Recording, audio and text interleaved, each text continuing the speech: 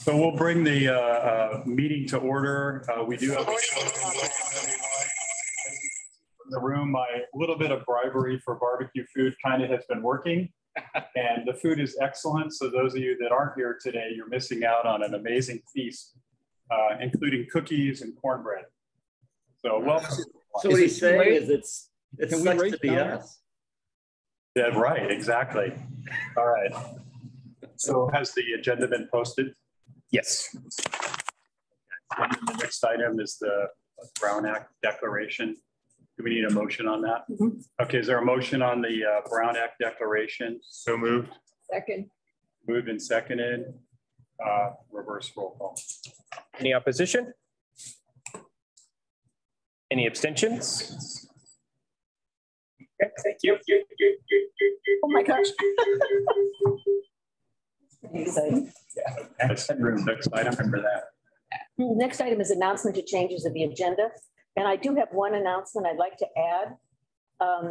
We just received yesterday a contract extension from ICF that is a no-cost extension for a contract that has expired. It goes to December 19th, 2022. And Natalie, I think, is putting it in the chat. It's one page. Usually I wouldn't put it on the consent calendar, but all it says is we're extending this contract to December 19th, 2022. So I'd like to ask you to add that to the consent calendar. Okay, is there a motion to do so? Motion to add. Second. Okay, moved and seconded. Reverse roll call, please. Any opposition? Any abstentions? I apologize. I have a question. Is it legal to add something to the posted agenda? Yes, with an extraordinary vote. Okay. As long as you have I think it's 2/3 or 3/4. 2/3 vote. Right? Yeah, 2/3 voted. Right. So, Jim, I think we're okay since we do have the 2/3 vote. Okay. Thank you for asking that. Okay. Any abstentions? Okay, thank you. Next item. Next item is comments from the public. Any comments? Any comments? No public comments. All right, thank you, Natalie. Consent calendar. Okay, consent calendar. Is there a motion? No, pull an item. Okay, what item B? That would be the item relating to item B, the budget revision. Okay. B pulled by B. Yes, exactly. That's appropriate. Any other items? Is there a motion for the rest of the consent calendar? To approve. Is there a motion? Move approval. Okay, it's been moved. Is there a second? I'll second. Okay, moved and seconded. Reverse roll call. Any opposition to approving the consent calendar except for item B? Any abstentions? Thank you. Okay, do we actually move to the consent calendar item immediately? Okay, so item B has been pulled by Council Member Derringer. Would you like to go ahead and lead the discussion, B? Sure. I just briefly, as the minutes reflect, I was asking about the budget last time and about a discrepancy that existed there, and both our CPA, Marnie and Jackie, said that they didn't have the answer, but they would get back to us at this meeting. So with respect to that, I did contact staff earlier today and in the morning hours, asking about that, and I said it wasn't addressed in the staff report relating to that item, and did not reflect what the discrepancy that I discussed and then the answer to that. And so I've been on the phone just right before this meeting, and their staff is saying, well, we think it was, but there's no reference even to the question I asked in the staff report, and displaying the information we had last month that would bring back to all the other members what the question was. So my point is that I still don't understand that they're addressing it because I brought it up when all the materials were before us, which we don't have now. And they didn't have an answer to the question I asked for that about the discrepancy last month. So I have no problem with that if somebody needs more time to research it, but I didn't get any information in the meantime. And then when we address it, we need to address it in a way that either is before the whole body, since my question was asked before the whole body, or it needs to be very clear in the staff report where they bring back the question clearly stated so everyone doesn't have to research it again and go back to the old materials, which I couldn't find in my email. And then be able to address it here because they wanted the time to explain it. So I'm indicating that that doesn't appear to be addressed in the fashion that I requested, and I still don't really know the answer to the question I posed. So let me start. In the staff report, it said a question there was a question at the July board meeting. We referred it to this meeting. It should be noted that at the July board meeting, we were comparing the mid-year budget from last year with the adopted budget. And that was not a fair comparison because the mid-year, we had moved on from the adopted budget to the adopted budget. So that is explained in the first paragraph under background. And I'm sorry, I think that was explained to Councilwoman Derringer today as well. This is what we're trying to say is that the budget is now, there was a double counting. We removed the double counting. We did it against the mid-year budget instead. Last month it was against the mid-year. Now it's against the budget we adopted and the budget that we're passing. And I'd like to, Kim, I know you talked to Councilwoman Derringer, I think. Do you want to add anything? No, it was just, I thought that we had answered her question in that first paragraph of the background where we talked about the discussion and the question. And then what we gave was the correct comparison on the memo where it shows the adopted budget which was the incorrect budget, then the proposed revised budget so that you can see what it should have been.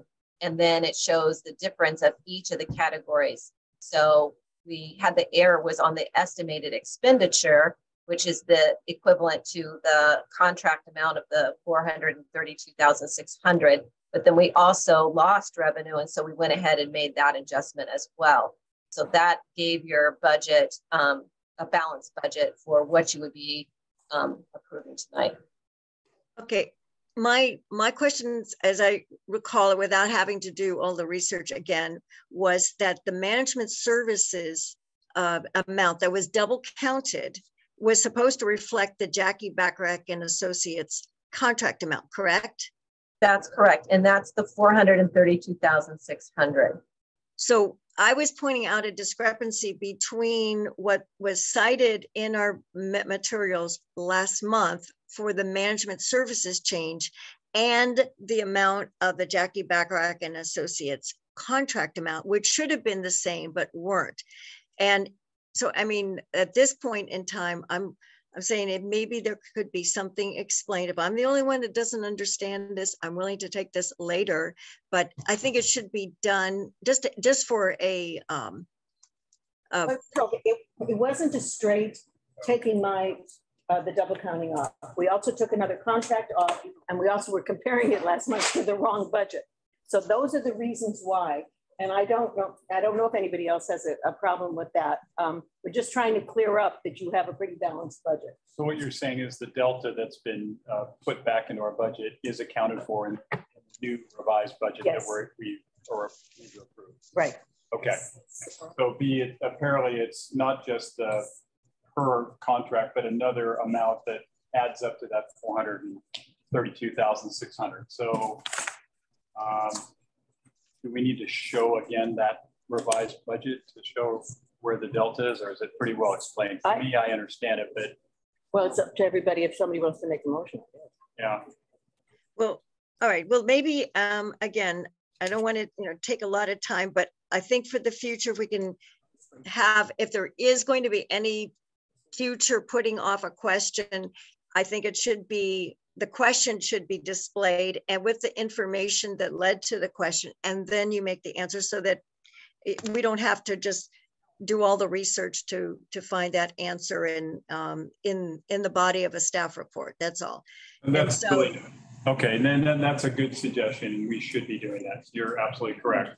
Is there a motion though to move on item B? So moved. Okay. Is there a second? Second. All right, moved and seconded. Reverse roll call. Any opposition to approving item B from the consent calendar? not unless I get some future information, but I'll talk with that with staff. Just so I can be on. Thank you for bringing that up, Dee. We appreciate that. That's Okay. a good point. Any abstentions? Okay, thank you. Next item. Next item is a presentation that we have by a guest speaker. And I'm gonna, Mark Verville came to us through CALI, which is the California, I know I forgot the A. Association of Local Electeds, I think. Yeah, Association of Local Electeds. And Alliance, actually. Okay, Alliance, and right. Olivia Valentine actually asked us to have him speak, and Wally has had several discussions with him. So I've asked Wally to introduce him. Wally? Yeah, hi, everybody. Good evening. My pleasure to introduce Mark Verville. He's got an impressive resume. I just did a couple highlights. He was a career CPA, was a CFO in the entertainment industry for Warner Brothers, and the CFO of Disney's international television business. And he lived in London in that capacity for like 8 years. Retired, and now he lived in Santa Monica before. He's back in Santa Monica, and he's now a expert in local government financial management and land use issues and how they impact city finances. And he is now the vice chair of the City of Santa Monica's audit subcommittee. And I would say personally, our paths crossed, as Jackie said, because I would monitor Cali and Livable California, talking about housing policy and so forth. And Mark would always appear at their request, making these stunning presentations. And I wrote him and said, we got to meet. And so we did. And so now so Mark is here, and this is going to be dense and challenging, but housing, just remember, housing economics is very complicated stuff. So Mark, why don't you take it away? Oh, John, one other thing, I've got a coda at the very end, takes less than 60 seconds, but when Mark's all through and answer the Q&A, I want to add something. Absolutely. Thank you, Wally. Mark, welcome. Well, thank you so much for inviting me. I really appreciate it. It's an honor to be here. My objectives tonight are basically to outline the outcomes of my analysis of RHNA. I've been heavily involved in Santa Monica, which was actually ignited my interest in how all of this stuff is coming together. And what I'd like to do here is kind of outline the RHNA structure and how it impacts the South Bay cities, COG, individual cities in general, in general. There's a lot of detail on these slides. I'm not going to be going into the detail. At the end of the day, I believe this is going to be available for public viewing. I think everyone can, at their leisure, kind of take a look at the details that's in the slides. What I'm going to be doing is basically trying to get across the theme of each slide and how and what the key issues are and how they all kind of interrelate, which is, I think, the thing that many times in this land use discussion, everyone gets kind of buried in the details, and it's very rare to have the time and the ability to stand back and see how all of these logical and sometimes illogical constructs interact and what they imply for individual cities as we go down this RHNA path. So with that, I'm going to share a screen, bring the presentation up, and we'll get started. If there's anything, if I'm going too fast, please let me know, or if you'd like me to dwell on anything. Okay, so we're going to take a look at framework, assumptions, issues, and outcomes. And this is going to be geared precisely to the South Bay City's COG area. So, and I thought I could get this a little bit better. So What we're going to be reviewing tonight is going to be the construct, the assumptions, the issues, and some observations. I'm going to take a look at the RENA's statutory objectives. We're going to take a look at the RENA needs analysis composition for the South Bay cities for the 6th cycle. And we're going to take a look at how that comes together. We'll also take a look at SCAG's reallocation of the 6th cycle that occurred in October and November of 2019 in a 3-week period, which was relatively breathtaking. We'll take a look at the RENA's 5th cycle for South Bay cities and take a look at both the RENA requirements for the 5th cycle and the outcomes of that 5th cycle and some extrapolations. We're going to do the same. We're going to apply the 5th cycle outcomes for the South Bay performance to the 6th cycle to get some sense as to what the implications are. And then at the very end, we're going to take a look at just a scenario chart that talks about how to think about the inclusionary structure of RENA and the mandates that all the cities have. And so with that, let's take a look at the overview. So RENA is an the RENA income-based housing unit quantities reflect policy objectives that do not reference land use market economics. The housing need has been predominantly defined independent of any population growth. So the existing need is so large that it largely insulates development mandates from any kind of stagnant or declining populations, in especially the South Bay area. The relaxation of zoning restrictions and approval of streamlining are policies executed within the traditional land use market economics. So you have policy-driven objectives, but the relaxation of zoning and the outcomes are still basically controlled by traditional land use economics.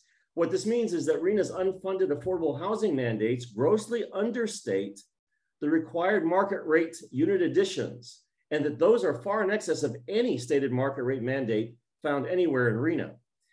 It also incentivizes the opposite outcomes of the 4th RENA statutory objective of income diversity, and we'll take a brief look at that. RENA's market-driven economics or outcomes, just because the market-driven outcomes are compared against policy-driven objectives, they can never align. So there's always going to be a disconnect. Finally, there's no definition of what constitutes or ends the state-declared housing crisis. So it sets up a perpetual state involvement in housing, absent any other changes. So the RENA construct generally is enabling virtually unlimited market rate construction, which is the conclusion I've come up with. I'm sure other people are going to have other opinions, but that's to me where all of this leads. So with that, we're going to take a look at the assumption misalignment. So land use economics embedded in RENA misidentify the operative supply variable as housing units rather than land.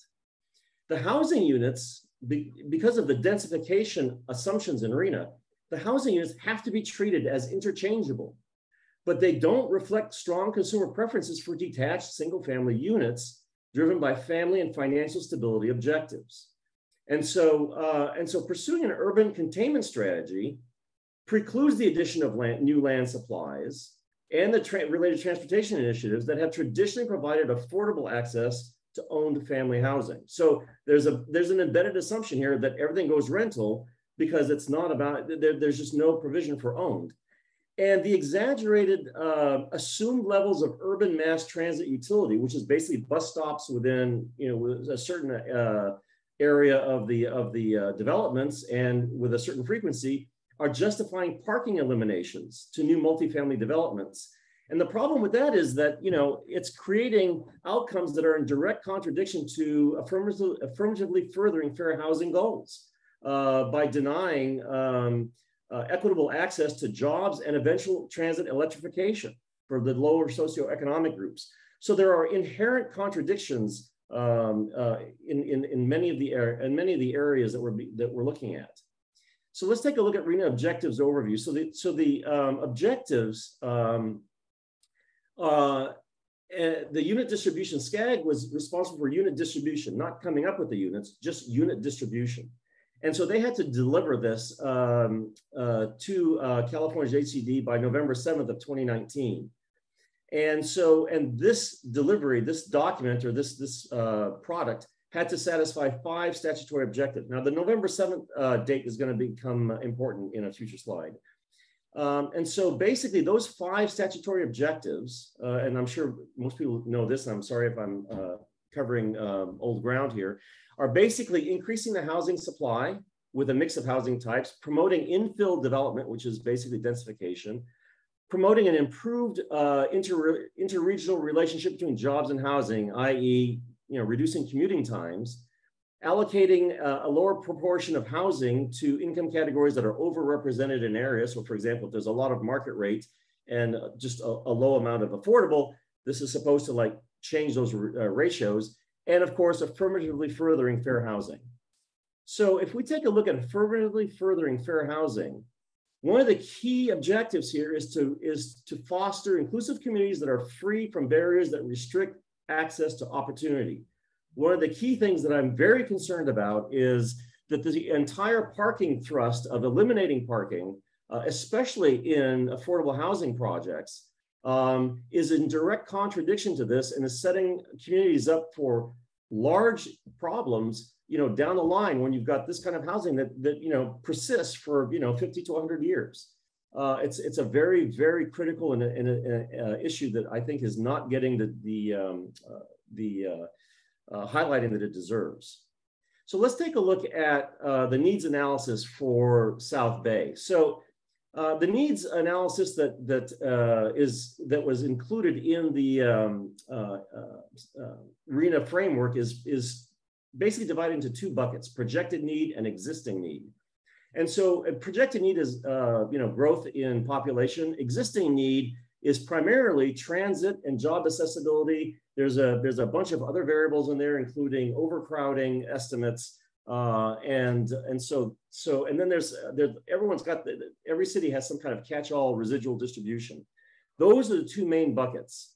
And so when you take a look at South Bay as a unit, so existing need drives 75% of the units in the South Bay's RENA allocation, and projected need, i.e. growth, is only 25%. So this covers the 34,000 units that have been assigned to the South Bay, and this is as of the November 4th, 2019 draft, which was which is very close to the final, but the models that I have access to basically ended at the November 4th period.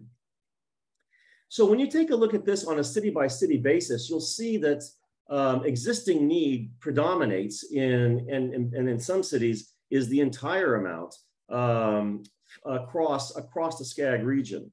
And so when you normalize this for trying to get a grip on the relative sizes, you can see that it's the 75%, it consists of some areas like Lawndale that are close to 80, actually close to 90%. And so therefore the existing need bucket is where all of the modeling for the unit determination occurs essentially.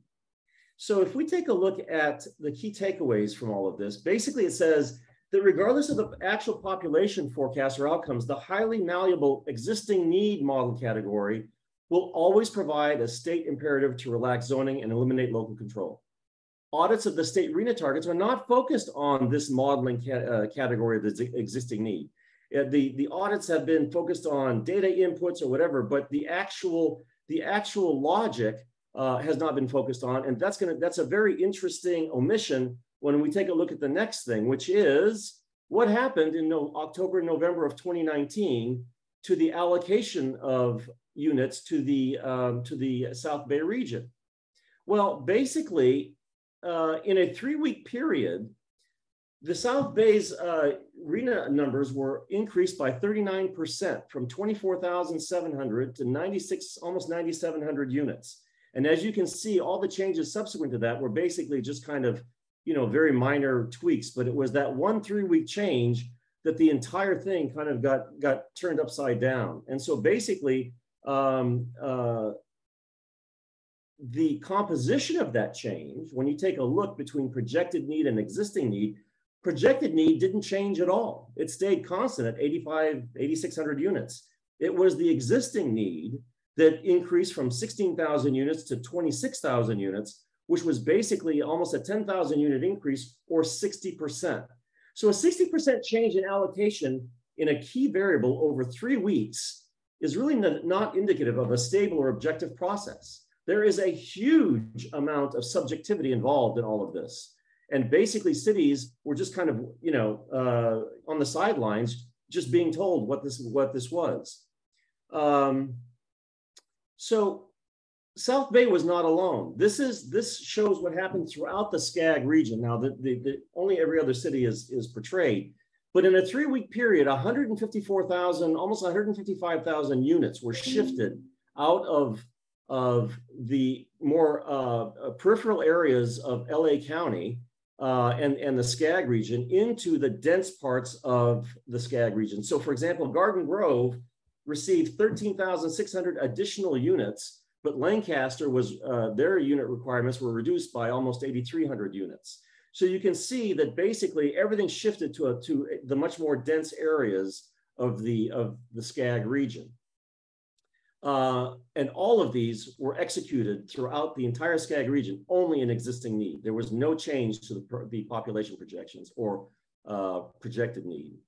So let's take a look at the 5th cycle performance. We're going to start off with California as a state.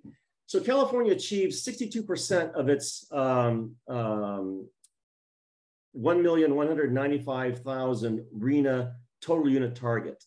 But of that 62%, it only achieved 25% of its almost 700,000 affordable target.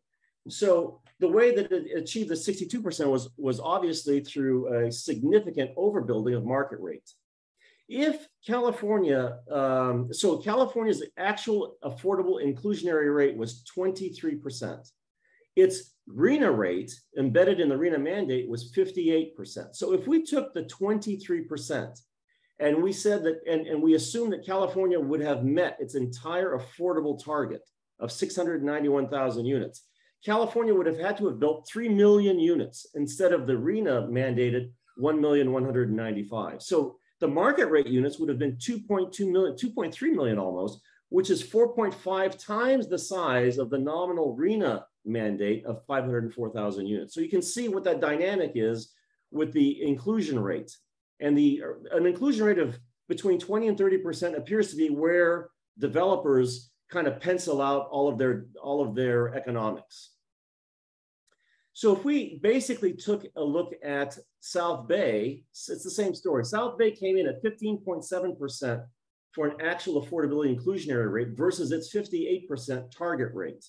So it basically achieved 60% of its total unit target, but only 16% of its affordable target.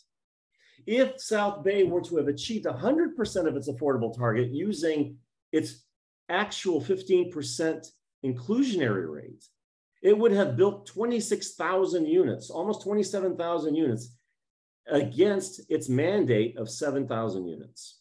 Market rate units would have been 7 times the RHNA number of 3,000 units. So again, this theme is, I'm going to be returning to this theme constantly. So this basically shows South Bay's performance in the 5th cycle. And you can see the 15.7 actual and the 57% RHNA mandate number. But you can see by city, huge variations. Carson City basically had a almost 40% inclusionary rate. Torrance had a 2.7% inclusionary rate. And Torrance is a large city. So it's those kinds of variations within the SCAG area that drove the permit total of 15.7%. But they have huge impacts when you take a look at, when you actually spreadsheet out what the potential impacts of these kinds of things are. So we're going to take a look at that. So this chart basically graphs out what we just discussed. So here is your 7,000 RHNA mandate number. This is the 26,000 potential or hypothetical build had the full 100% of the affordable housing, all the green bars here. So you can see it's 4190, it's still 4190, but this at 15.7% inclusion, the yellow bar or the market rate is what would have been required to generate that 4,190 affordable units. If we take a look at this, let's take a look at the 6th cycle. So in the 6th cycle, Achievement of South Bay's sixth cycle of affordable units of 20,996 at the fifth cycle actual rate of 15.7% would result in 134,000 total units. And that's 100,000 units more than what is stated in the RHNA mandate. Market rate units would be 113,000 by themselves, which is 8.6 times the RHNA mandate of 13,000 units. So you can see how these economics are playing out. And, you know, if you use the California rate of 23.4%, you know, the numbers are a little lower. So this is what the sixth cycle looks like for South Bay. And you can see the 61.4% RHNA mandated inclusionary rate, which is impossible to achieve by any developer. And that's actually up from the roughly 58% in the fifth cycle. So that increase also further accelerates the market rate impact when you're looking at low inclusionary rates. So here, what you have is this is the 34,000 is the RHNA number, total units. 134 is basically what happens at a 15.7%, and 89, close to 90, is what happens at the state average of 23%. So this again is just graphing out what we just discussed. So 34,000 units, which is the RHNA number here for South Bay, 134 if you use the fifth cycle achievement factor. Here is the fifth cycle is 15.7%, 61.4% is the RHNA number. And if you were to use the 15.7% you know, for the fifth cycle at fifth cycle rates across each of the categories, the South Bay would basically achieve only 21,000 units of its 34,000. So what all of this says, and I apologize for a lot of numbers, but I think, you know, when you get a chance to take a look at this afterwards, I think you'll be able to absorb where this is going. What I've tried to do is I plucked a number out of the air. I said two persons per household. And so I'm trying to estimate what is the population impact of these kinds of build out assumptions. So when you take a look, so the U.S. Census for the South Bay area is 743,000 individuals as of the 2020 census. As of the 2020 census updated to July 1 of 2021, and this is off of the U.S. Census quick facts for each of the cities. And you can see Torrance is the gorilla with 144,000 units, or excuse me, 144,000 people. So the sixth cycle RHNA would add 68,000 people at 34,000 units. But if you're going to actually, you know, if you're going to use the actual, 15.7% performance and add the additional 100,000 units, that gets you to 134,000 units, that would add another 200,000 people to the area's population, bringing the area's population to a 1.0 million. Now, that's using this column here, where this column is using 15.7% inclusionary rates for every city. But as we saw, the inclusion rates for each of the cities here, the actual inclusion rate is highly variable, and Torrance is only at 2.7%. If you basically plug these numbers by city, this 268,000 increase, which is the 199 plus the 68, that doubles to 520,000 at an 8.1% inclusionary rate. So the 15.7 drops to 8.1 when the fifth cycle's by city performance is factored in. So the population impacts are huge. The entire point of this discussion is that the housing elements and signing off on the HCD definitions of water self-sufficiency, open space, schools requirements, none of those reflect these hypothetical outcomes, which are outcomes embedded in the methodology of RHNA. They are not, all of the other housing element issues are basically just stated objectives, but this is actually what the RHNA outcomes look like because RENA can only be executed within the market rate environment because there is no separate state funding for the mandates. And, you know, the open space is critical because in Santa Monica, we basically the city had to make a deal with the school district to consider schools open space accessible to the public. And that's the only way they could actually continue building and meeting RENA. But if the schools don't allow the residents to access their spaces, then the amount of open space per person plummets as the RENA build-outs occur. And that, I'm sure, is basically going to be repeated throughout these cities in the South Bay. So the implications of the default RENA inclusionary framework. So what we're saying here is that all I've done is I've said, let's assume that the target is 1,000 affordable units. What I've done here is used different inclusionary rates to illustrate what the market rate units would need to be to generate that 1,000 units and what the total units would look like. So in the RENA mandates that we all have, every city is roughly they're around 50%, around 60%, give or take. And so that's what this looks like. So they tell you, basically you have 1,000 units of affordable units that you need to deliver, and 725 units are going to be what your market rate number is that's associated with that affordable delivery, 1,700 units. But nobody can build at 58%. So when you start going down the inclusionary rate to 30%, all of a sudden you're at 2,300 market rate units and 3,300 total units, which is almost 3 times the stated RENA number. You go down to 20%, you're at 5,000 units. Market rate is at 5.5 times the number of stated RENA units. And you know, you get down to 10%. I think the city of LA came out to 10% in the 5th cycle. I mean, you've got 12 times the number of market rate units that are stated in the RENA mandate. So that basically concludes the presentation. I know this was, you know, this is probably at Concord speed, but the idea is that the market rate or the market framework for RENA is producing or is incentivizing and driving outcomes that are captured nowhere in the entire RENA and housing element process.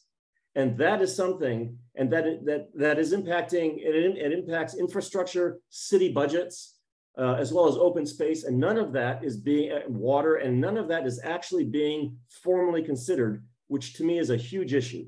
You add that to the fact of the internal consistencies as far as affirmatively furthering fair housing, and the statutory objectives of the RENA process, which are not being met. And there's a lot here that at a macro level really needs to be worked through before, as cities consider how they're going to approach the state's management of this issue. And again, you know, is it a housing issue or is it an affordability issue? And again, baked into all of this is the idea that affordability can be addressed by, you know, building stuff on land. But, you know, for example, Santa Monica is 8.4 square miles. And so like New York, you know, you could, you know, no matter how much we densify, the city continues to skyrocket in rents and housing costs. So there, you know, there are huge implications for how this entire situation is being managed. And just as a last kind of a fun fact, I graphed out what the state's population projections look like.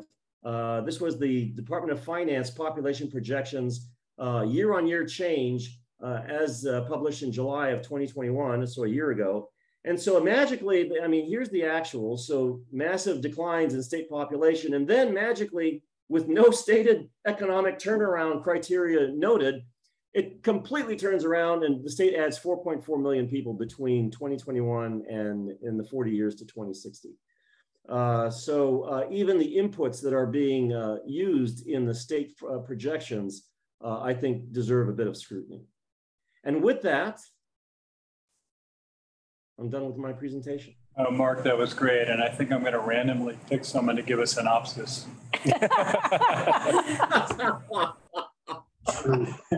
Mark, that was a great presentation. And I like that last slide. And thank you for sharing. And anyone have questions for Mark? Yes. Very. So I was worried about or disturbed by one part you were saying, talking about infill versus sprawl. And it seems like you're saying sprawl is the way to go. We tried that. Well, I mean, the issue is this, right? Number one, infill and sprawl, I think, I'm going to be honest, I think are political terms. And I think what needs to be thought through here is, what are the objectives? If the objectives are to provide affordability, right? Location is what is driving affordability. And so, and the second thing is, and I can't stress this enough, housing units are not interchangeable. Housing units are not fungible. A 2-bedroom detached single-family house is not the same thing as a 2-bedroom apartment. Yet the entire arena construct treats these as interchangeable. You know, for example, in Santa Monica, the fire chief and the police chief both live in Simi Valley. And that's because they want large houses for their families. And that's where they could afford to have a large house for their families. So there's a fundamental disconnect. I mean, the thing is, there is, you know, the arena objectives, for lack of a better description, appear to be a wish list of outcomes that everybody has agreed are good things to have.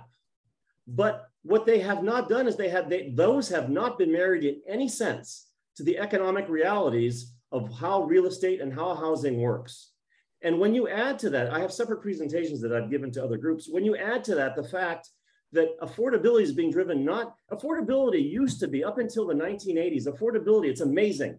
The relationship between affordability and the local economy was almost locktight. It was basically your median wage plus a 30-year mortgage based on that median wage exactly defined how much housing costs would be, especially, you know, for purchasing housing. And that relationship held in most cities through the 1980s. And all of a sudden, you know, starting in the 90s, especially the late 90s, you had massive waves of huge changes in that marketplace. First, you had the introduction of like high tech, which is the world's most amazing concentrator of wealth. And so people that are paid in the tech businesses basically are paid with an ATM card into Wall Street with their stock options. You had international investors looking for a safe haven. You had the rise of China that basically, you know, had people sending their kids to school in the US and buying, you know, going in and buying land in the US. I mean, at UCLA, for example, huge numbers of condos are owned by Chinese parents who are housing their students. And the money's no object. My sister sold her condo to a Chinese couple. It was a cash transaction. Money. So all of these things completely broke the connection between median wages and housing costs. And then you add to that, you know, institutional investment into housing, which again, it's a money no object. Whatever the biggest bid is, I'll top that by 10% and I'll get the house. So the relationship was broken, but none of this is recognized in the RENA framework. So the traditional way that affordability was provided to people who wanted an ownership stake for both and that wanted space to raise their kids was to basically go into the outskirts. So you can call it sprawl, you could call it anything you like, but the bottom line is that economically has been and continues to be one of the only ways to provide that kind of product.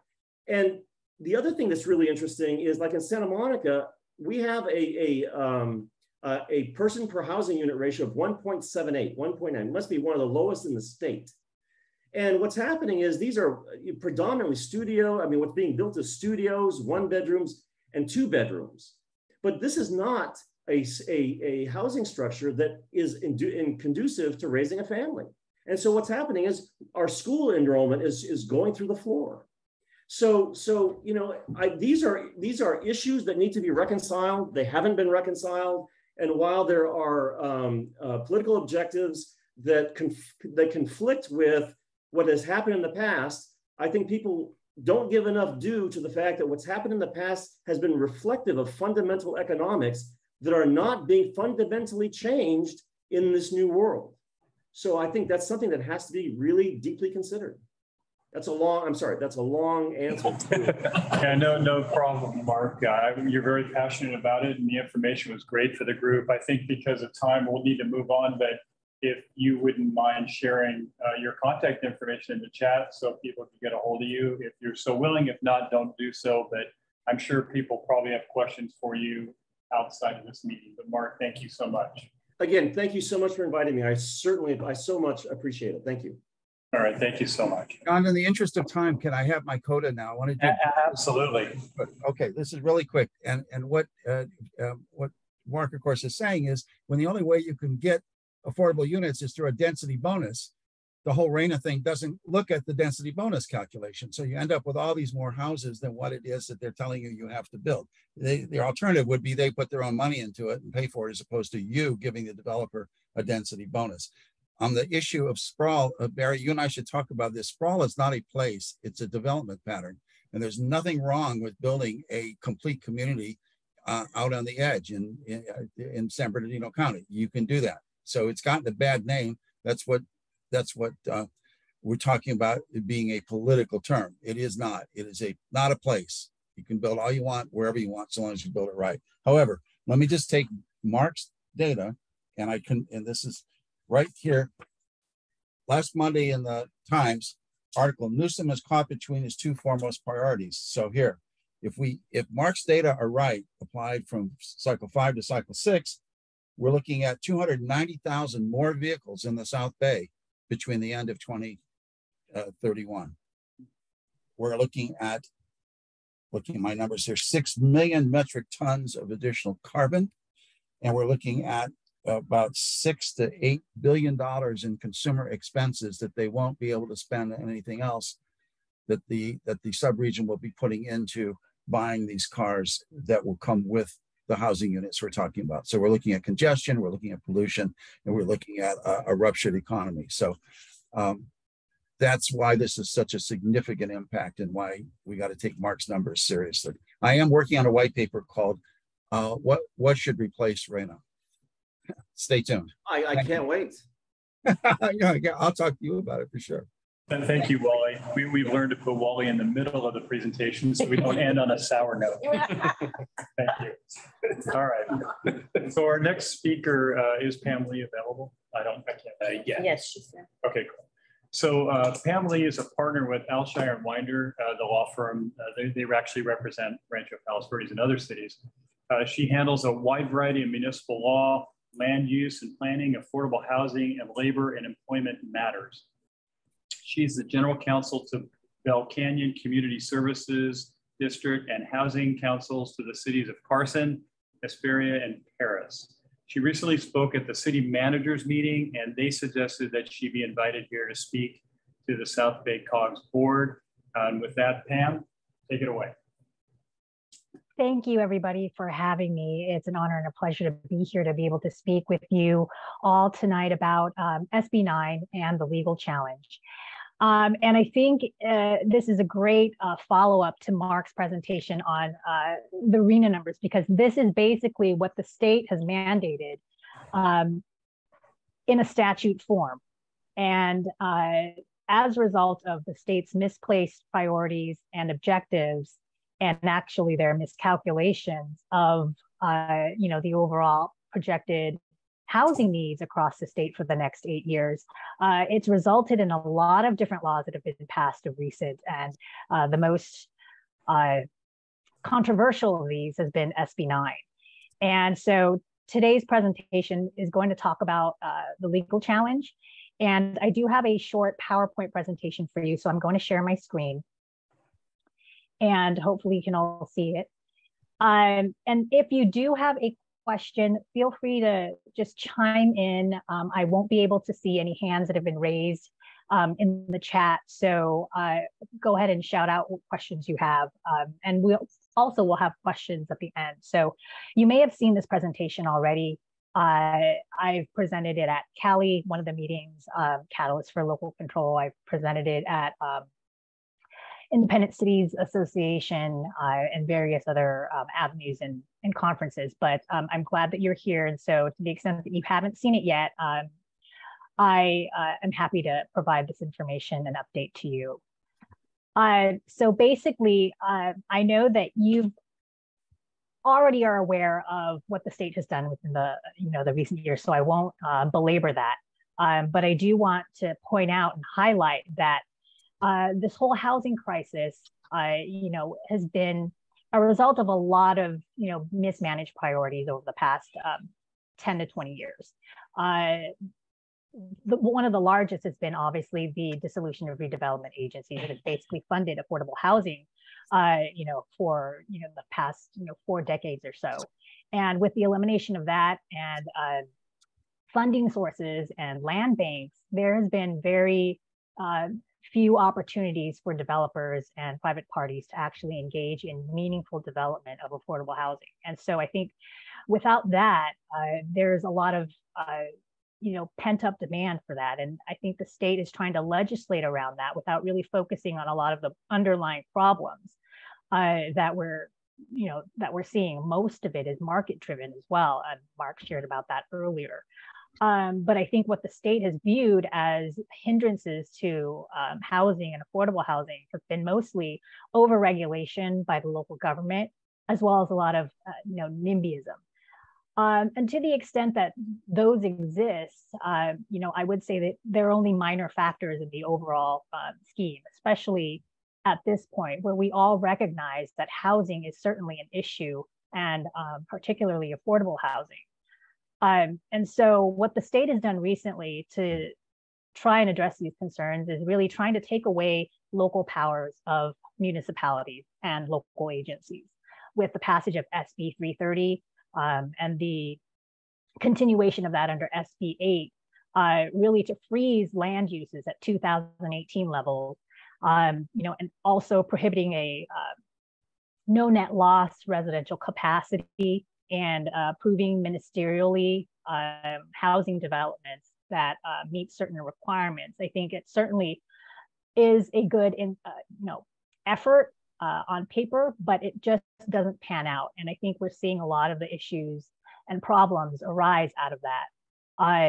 Another large bill is SB 35 that has come out that has allowed ministerial approval of residential developments anywhere where there's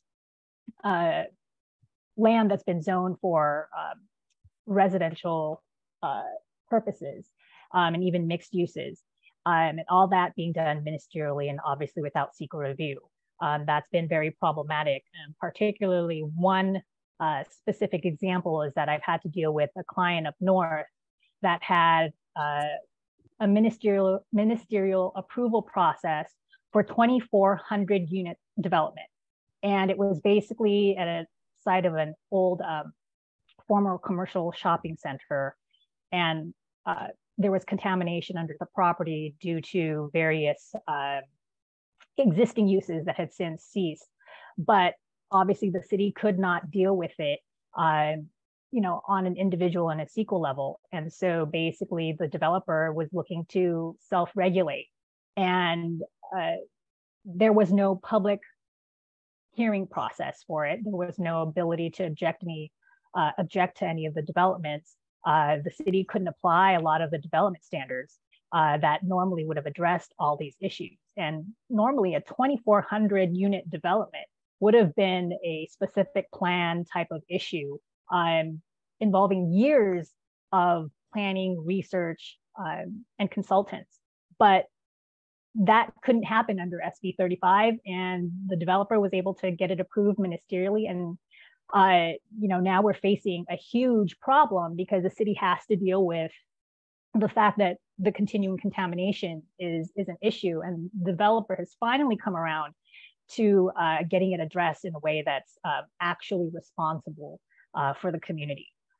So that's just a taste of what the state has done, but you can see that the result of that, you all know, and you've seen this in your communities, that the adverse impacts continue to be growth in population without properly addressing the issues of health, safety, the ability for first responders to provide access, and environmental concerns. And with these laws, there's still a failure to address the underlying lack of housing and affordability. And, you know, within the past few years, all of these bills that have meant to promote housing and affordable housing really have not gotten anywhere, because we still see that, you know, with the RENA numbers, we're still falling behind, particularly with this sixth cycle. The numbers have just ballooned to astronomical levels compared to the fifth cycle. And there simply is no ability for cities to actually meaningfully meet RENA targets. And so that's why we're dealing with this, and it's all come to a head with all of these statutes. And one last thing I think is important here is that there's a lack of due process, because the state has basically taken away the local control and power of cities to approve and discretionarily approve these projects. There's no ability for stakeholders, neighbors, those that are directly impacted by these proposed developments to actually provide any meaningful comment. There's clearly no transparency because there's no public hearing process involved, and there's just no due process. And so there certainly is the ability for certain types of developers to get around a lot of these legal requirements. And certainly the Brown Act is not being upheld in a lot of these instances. And so why are we dealing with this now? Like, why haven't we sued under SB 35, SB 330? Why is it SB 9? And I think the issue is that SB 9 is basically the straw that broke the camel's back. It is one of the most egregious in terms of eviscerating local control. You're basically eliminating single family residential zones where there's a single existing home on a plot of land. There now can be up to 4 homes with the lot splits. And I think the theme of this is not just a housing issue, it really is a local control issue. And housing and land use is just one of the reasons that the state is given to make that determination to really take away the power of cities to legislate and effectively provide for the needs of their community. You know, you'll see that under SB 9, very few development standards are applicable because the only ones that can apply are objective standards. And most neighborhoods are going to be subject to SB 9. You know, like I said, there was a question before as to whether or not they would be applicable in HOAs. And the senator that authored the bill basically drafted a letter stating that HOAs would be exempt.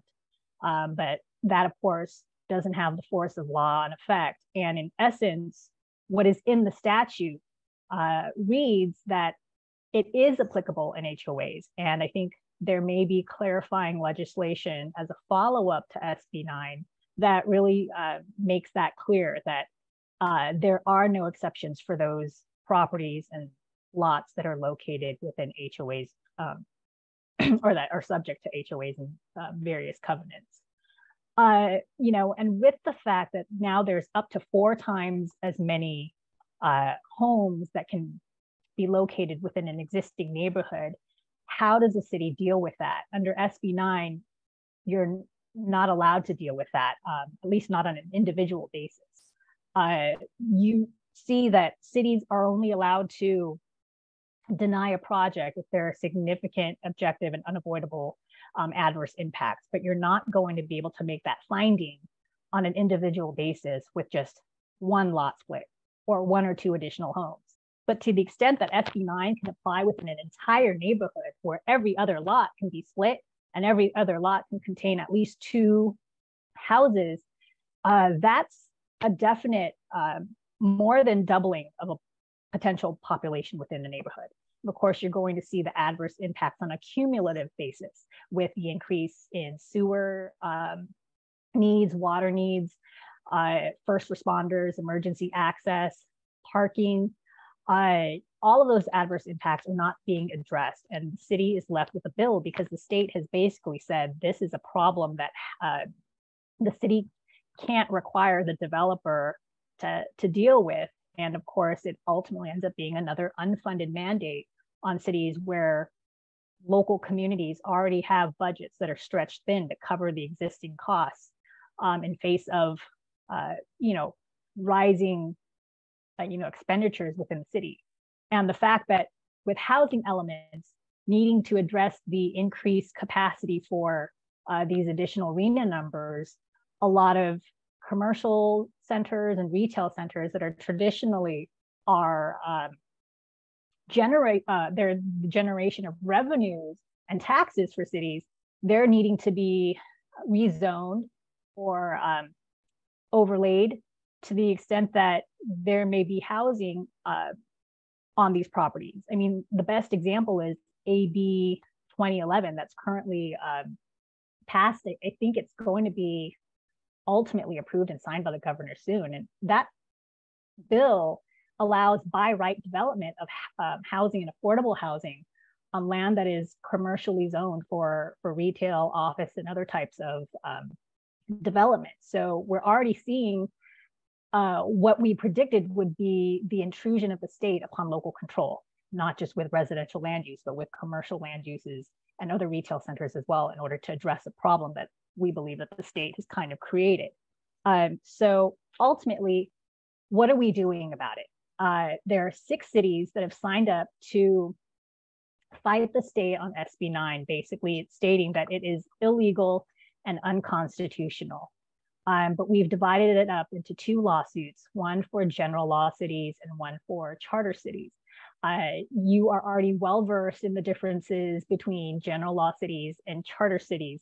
And so I'm not going to go over that here, only to state that for a general law city, it does have to comply with the state's general laws, but to the extent that a law such as SB 9 is actually unreasonable or not reasonably related to the statewide concern, then I think there's actually a chance for a general law city to have a law such as SB 9 overturned. And why is it not reasonably related? Basically, SB 9 has stated that the statewide concern is for affordable housing. And this law and this statute is used to address the lack of affordable housing. And so in trying to promote affordable housing, SB 9 has been enacted. But we have to remember that nowhere in the text of SB 9 is there a reference to the requirement to make any new lot splits or any new homes subject to affordability.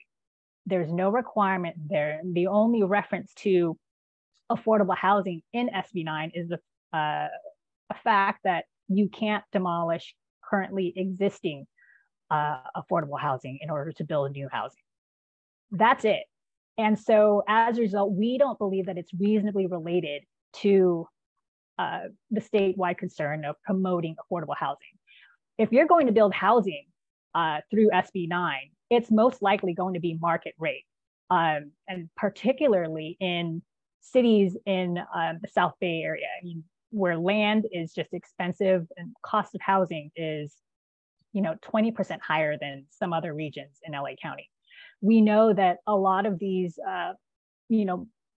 housing that's going to be developed is going to be market rate. And so if there's no affordability factor involved or no requirement, they're not going to build housing for, those within the affordable income categories.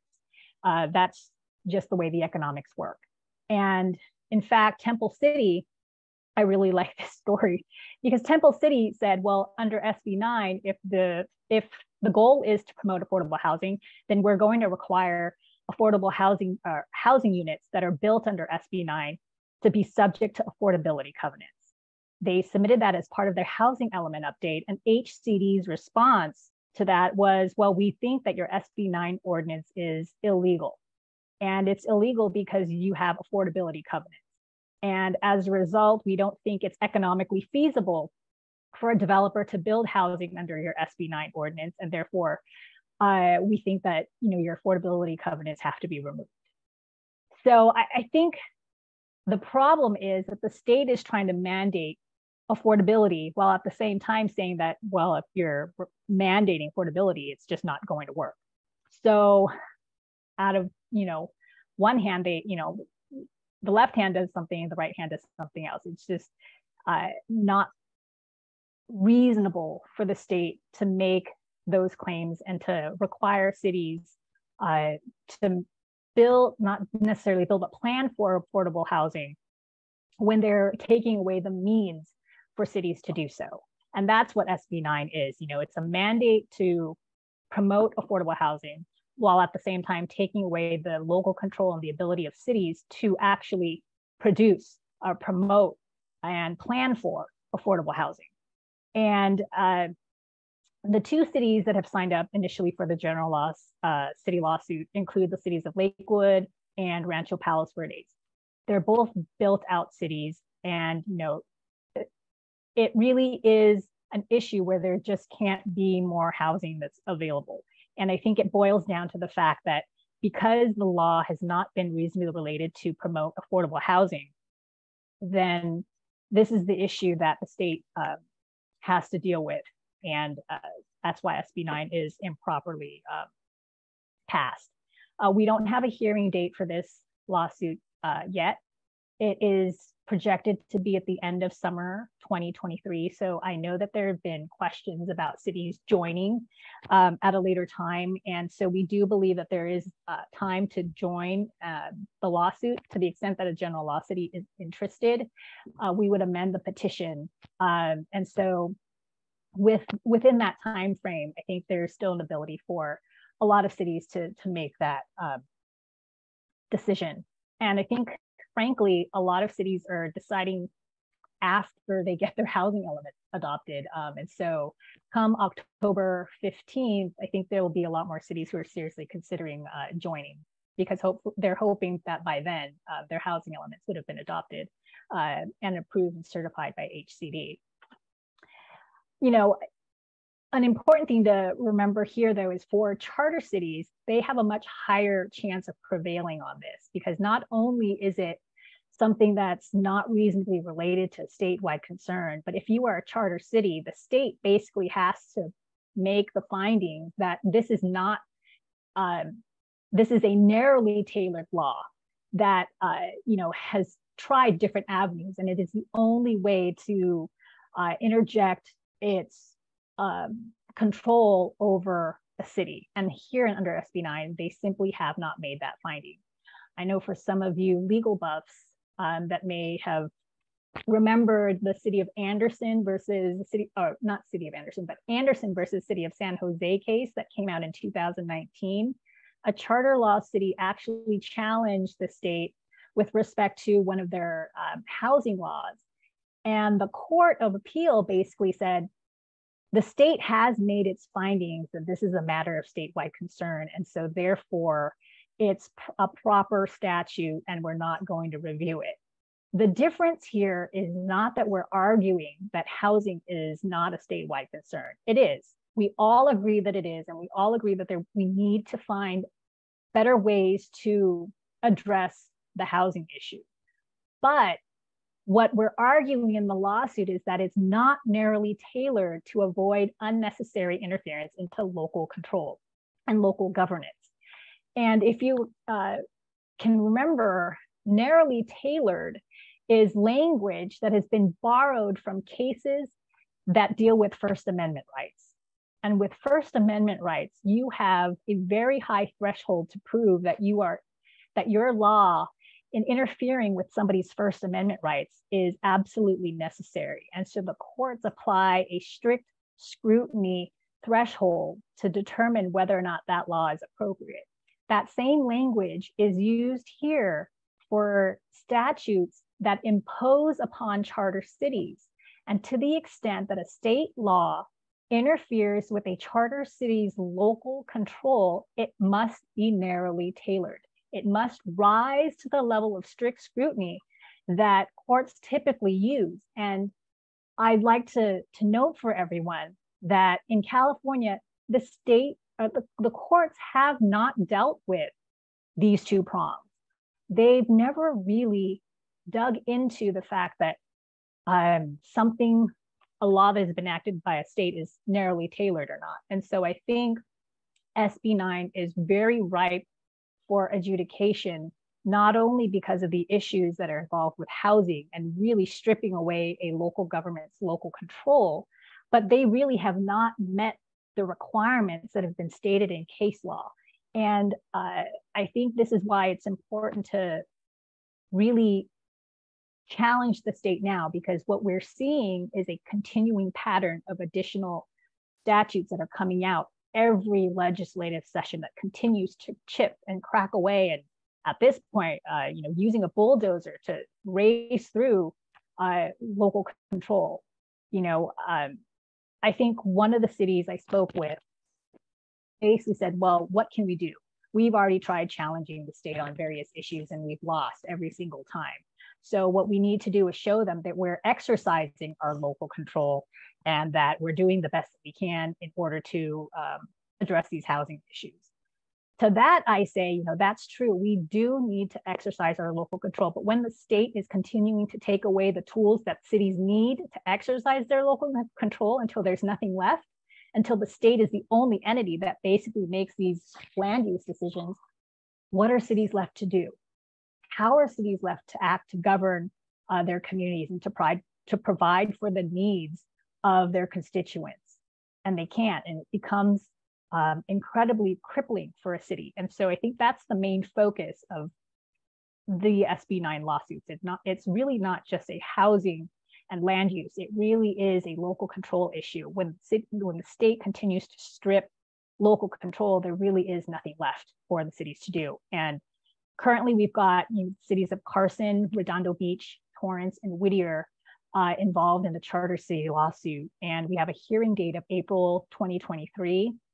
A briefing schedule has not been set in stone yet. And so again, similar to the general law cities lawsuit, we do have additional time for cities that are considering joining. We will be talking with the state in terms of relating the two cases together. They're currently in two different departments in the downtown courthouse, and we're looking to potentially relate them so that they're before the same judge, so that we don't have to educate two judges on very similar legal issues. So that's my update. And here are just some, additional points for you to consider as part of, this entire process, not just with SB 9, but like I said, with AB 2011, with SB 30, with so many of these other laws that are coming, down the pike with the legislation that's being passed. I'd be happy to answer any additional questions. Thank you for your time, and hopefully you'll find this informative. And I'll put my email address in the chat as well. All right, thank you so much, Pam. I think we have time for a couple questions. I know Councilman Matucci. Thank you, Chair. This is Councilman Matucci from City of Torrance. I think it was in January, we passed an ordinance.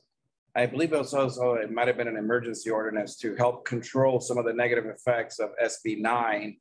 I don't remember the details. I kind of came unprepared on that, but I don't know if our mayor, do you remember SB 9? I'm sorry, I'm talking to somebody else here. Sure. Remember anything about that ordinance that we passed to control the effects of SB 9 and what that was? At the end of last year, we knew SB 9 was going to be activated January 1. Right. So we passed an ordinance so that there are certain setback requirements anticipating SB 9 is going to kick in. But the only action we took this year was jump on the lawsuit, which she listed there. Correct. Okay. Yeah. So it was late, December. It was I think it might have been the last meeting of 2021. So we passed an emergency ordinance that would take effect January 1st. That would actually regulate some of the setbacks. That was basically the only thing that we could find that could help, restrain some of the effects of SB 9. And I don't know if that's something that maybe other cities might want to do if they don't already have done that. So that's all I got. Thank you. Thank you. Yes. Howdy, Zaino Badji from Redondo Beach. I don't know if you heard, Pam, if you heard Mark's presentation on RENA. Do you think that supplies any sort of either due process, equal protection, any of the constitutional arguments that could be made to challenge potentially the RENA cycle, how it's been administered? I do think that there's certainly a lot there that Mark has said, and I actually, have been working with the Embarcadero Institute, Cali, and with other organizations on this. And I'm part of the litigation team that has already sued the state on its RENA determination for the OCOG and a handful of cities, including Redondo and Torrance. On the RENA determination that Mark had summarized, and we're currently on appeal at this point, but I do think there's a lot of interest from other cities as a result of what has transpired, what the state audit has provided, that can provide additional evidence and additional facts that can really challenge the state and its RENA determination. So we're currently exploring that and potentially, looking into filing a different lawsuit against the state on that. I will say that, in addition to what Mark has presented, with the improper DOF projections, with the existing needs and projected needs, and they also use the wrong vacancy rate for owner-occupied and rental housing. I think there's a slew of other comparisons that they made that really warp the picture of what the true housing need is for the next cycle. And it's only going to get worse because the following cycle, it'll compound from what's not built on the sixth cycle. And I think to the extent that we don't rectify a lot of these problems now, they will be included as part of the seventh cycle. So I do think that there is a very real need to address a lot of these issues. And they kind of go part and parcel with the SB9 lawsuits because it overall deals with these housing issues and why the state thinks that only certain types of solutions are going to work. If I recall correctly, though, isn't the status of the state litigation that the courts have ruled that we don't have standing to essentially challenge RENA because the legislature specifically precluded judicial challenges to RENA? And so that is what the trial court has said. We're on appeal on that, but I do think that there's a very big distinction that the court kind of lazily glazed over and really didn't touch.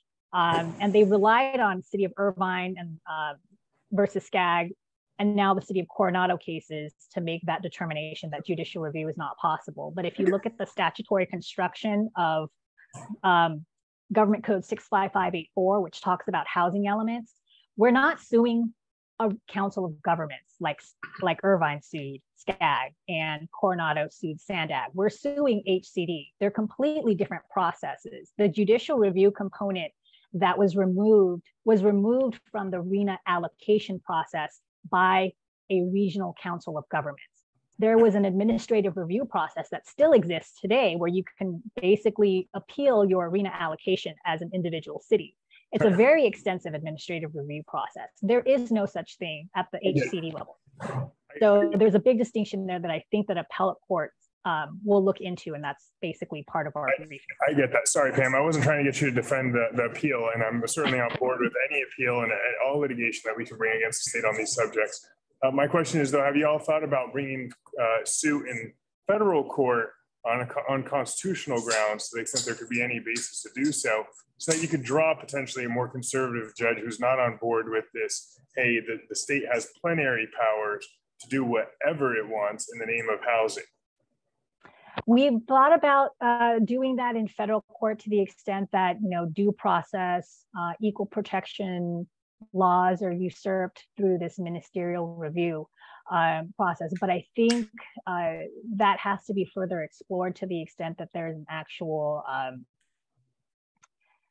damage and lack of remedy than just simply stating that the state law is unconstitutional. I think there's different arguments that we can make, and we're not foreclosing the aspect of a potential federal lawsuit as well. All right, thank you. Mm-hmm. I said two questions, but I know it's an important issue, but if we can keep the questions concise and the answer as concise as possible, that'd be great. B.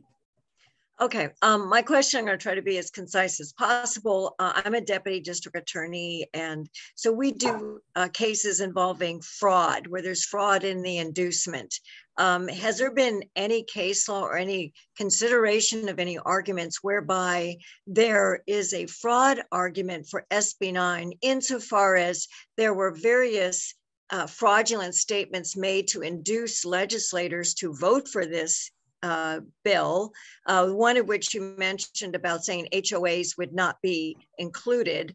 Another big one for all of our areas on the peninsula is that there were many statements made, which was totally untrue, that this would not cover any areas that were in the extreme high fire district, which was absolutely incorrect.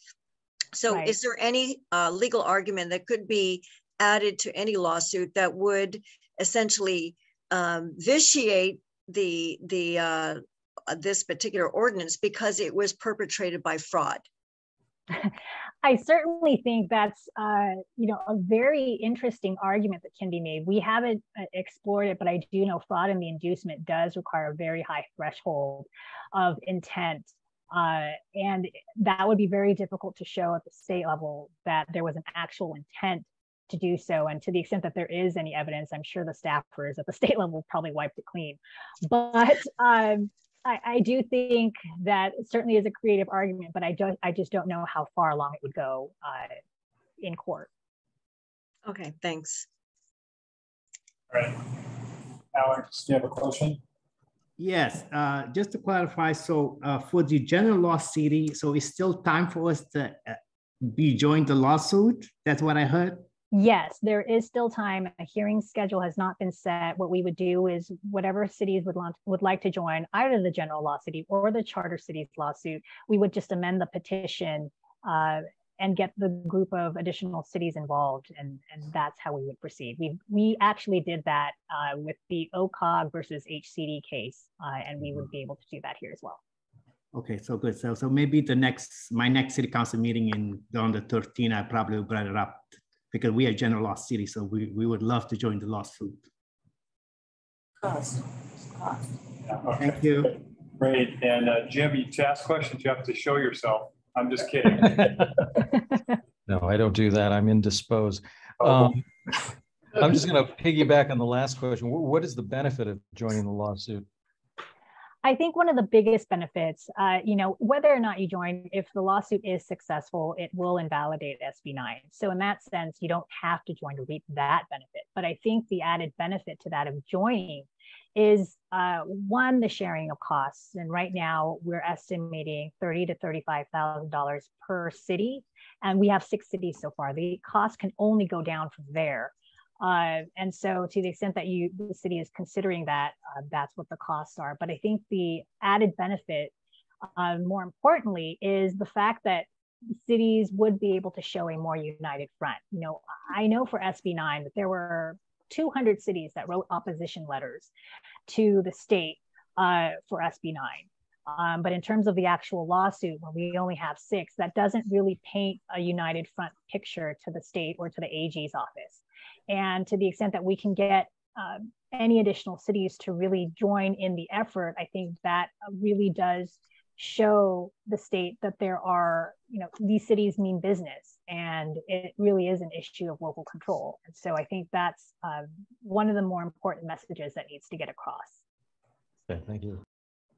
All right, thank you, Pam, for that presentation and for answering our questions. Before we go to the next item, though, I wanted to make sure we introduce a newest council member, John Kaji from District 1, Torrance. You want to say a few words? Very few. Okay. Happy to be here. You have great food. That's why I'm here. Okay. All right, very good. And he's also the alternate. So this year, Councilman Tucci will be the delegate, and he and Councilman John Kaji and myself are the alternates. Oh, so you're both here for just in case we need it. Both here for the free food. We're following Drew's lead. He's got multiple alternates. Okay, got it. Okay, very good. Well, we appreciate all 3 of you being here tonight. Thank you. Okay, next item. I like your style, George, Mayor George. Well, when it's a good idea, I feel free to steal it. That's true. Transportation report, and Steve Lance is going to briefly give the transportation report. Yeah, David, can you put up the slides? Steve, Natalie will. Steve, okay. I think you also need to give the All right.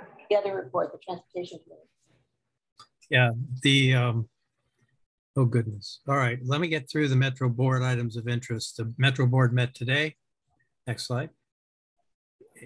In there, they approved the alignment for a new rail to river active transportation corridor using Randolph Street through the Gateway City subregion. Comes over to Inglewood. Eventually, that'll give us a bike path or pedestrian walkway area that goes through from Inglewood all the way over to the LA River. The problem is they have no money. So the board item was to actually ask staff to return in October with a funding plan. Similar kind of a presentation on the Vermont Transit Corridor. Is there a slide for that? The Vermont Transportation Corridor goes from Hollywood all the way down to the 105 freeway. That corridor has a rail line called the Red Line north of Wilshire. South of Wilshire, it doesn't have anything. So there's a three-part program. First part is to do a busway, a BRT, bus rapid transit line that would connect the rail line all the way down to our neighborhoods. And then ultimately they want to convert that busway to a rail line. That also needs funding. Third item that they covered was that they approved the countywide call for projects. And in that process, several of your cities may have current projects that were running out of time to get implemented. So they approved 69 project extensions, reprogrammed 5 projects, and adopted the subsidy budget that will pay for it in the coming year. The next item, Measure M 3% local contribution guidelines. This applies when there's a rail line that Metro is building, the local jurisdictions through which it travels need to provide a 3% contribution to that capital cost. They approved the release of a draft revised Measure M 3% local contribution guideline. And you should, if you're one of the 3 cities, Lawndale, Redondo, and Torrance, you should pay attention to that because that's the rules that they want to use to access your local funds. And then finally, there were 2 items on the express lanes, the 105 express lanes. They awarded an $8 million design contract for the pre-construction budget, which is basically a design and a right-of-way assessment. They also awarded a $66 million contract for a roadside toll collection system that will be used on this project between the 405 and the 605. The project is a $779 million project, which is expected to open between the 110 and the 405 in 2027. And then the other balance segments 2 and 3 would open in the Southeast County area by 2028. So that's what Metro did today. Questions on that? No, but I appreciate the graphics that you guys took time to put together. Thank you, Steve. Thank you to David for doing that last minute. Steve, at the Transportation Committee, I think the only thing that I can see that we should comment on is that there was the, we wrote a comment letter on the I-405 Comprehensive Multimodal Corridor. And I think the deadline was at the steering committee submitted that plan. So, correct. Yeah, so what happened was that they wrote this comprehensive corridor plan that was from the county line to the county line. It didn't have a lot of, in our opinion, innovation in it. It didn't address the work we're doing in the South Bay or the fact that there's no parallel corridors in the South Bay. It talked about an express lane, but didn't say anything about it being 2 lanes, which we think it should be. And so these comments are all in the letter. What else did I leave out? Oh, goods movement. It yes. Only talked about the 710 and didn't talk about any impacts on the 110 or the 105 or any of the other freeways that are clearly going to have impacts. So we felt that it was a sort of a check the box kind of plan, but it wasn't comprehensive at all. And we made those comments. Thank you. And I don't remember anything else that we shared. I think you covered it. Okay. So then we go on to the COG reports, and I want to call on Jonathan, our regional planner, to talk about STAG REAP. SCAG, Jonathan, not SCAG, Jonathan. Good evening, everybody. Really quick updates, project updates on our regional early action planning grants to accelerate housing. Everything's coming along very well. Project number 1 is ADU acceleration. This is the multifaceted study of ADUs in the South Bay. Project updates are, first is that we have our ADU survey just about ready to go. So we'll be sending out postcards to all ADU owners as well as occupants, tenants of ADUs in the 8 participating cities. Project update number 2, we have an article coming out in our upcoming South Bay Watch newsletter, the summer edition, on this project. We also recently issued a press release on it. It is on our website. It is on our social media. There's been some interest from the local press. Jackie and I spoke with the Daily Breeze about the ADU acceleration project. We spoke with them this week. And if anyone has any media contacts to raise up this project, they can always reach out to Colleen Farrell, our COG Communications Senior Project Manager. Third is related to the project. We have the ADU calculator up and running on our website.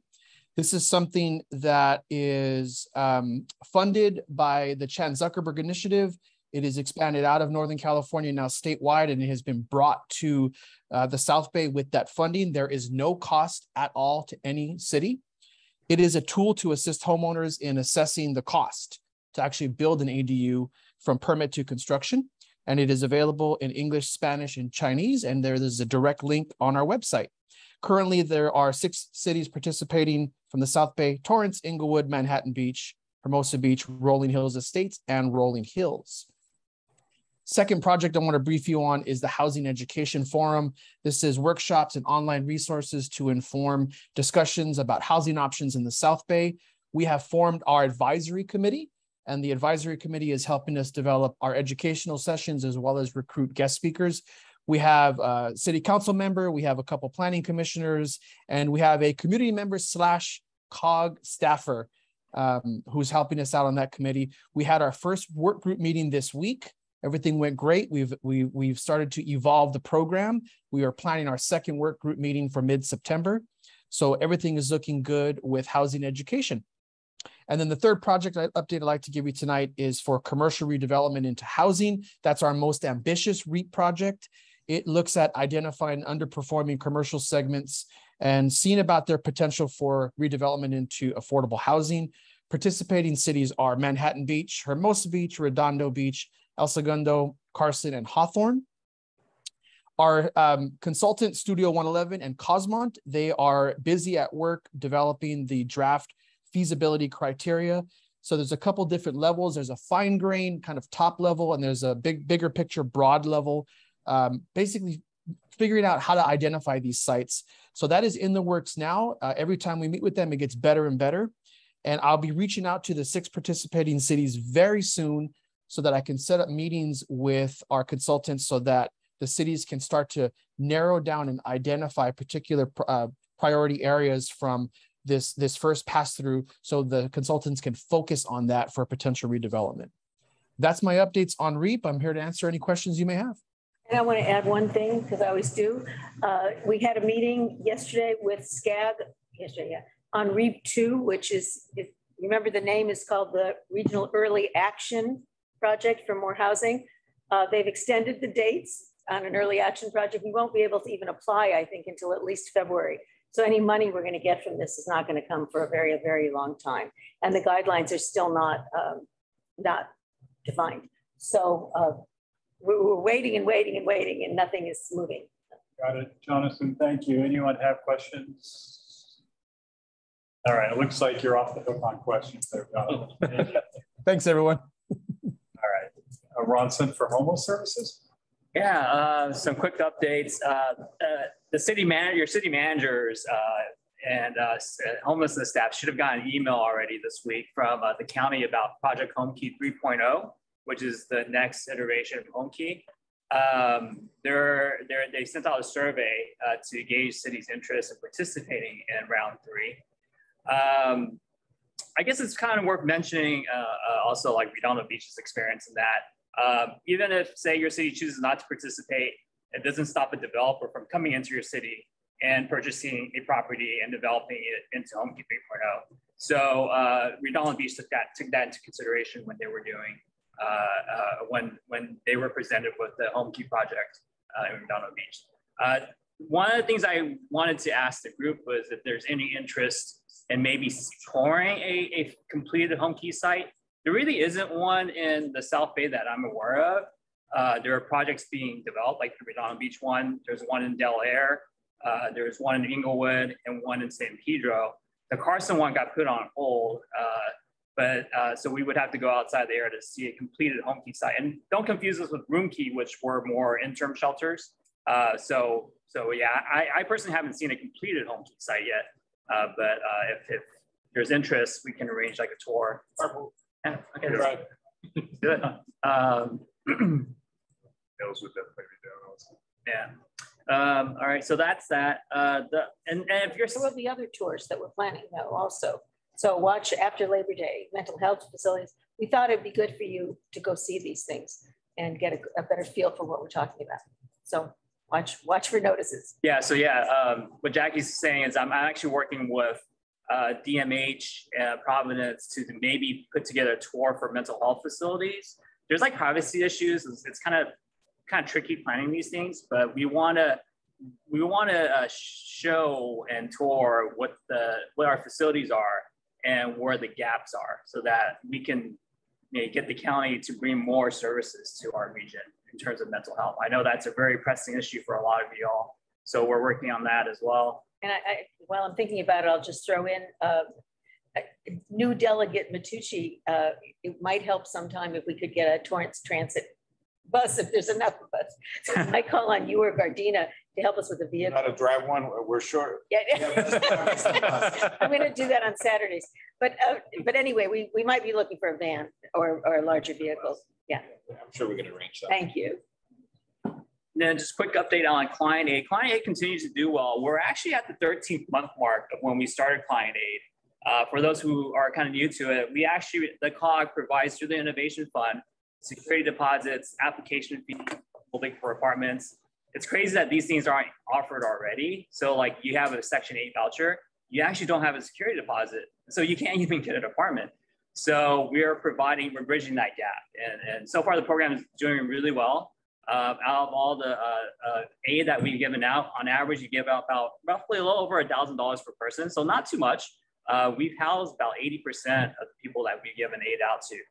So it's a great stat. It's doing a lot better than the county problem solving program.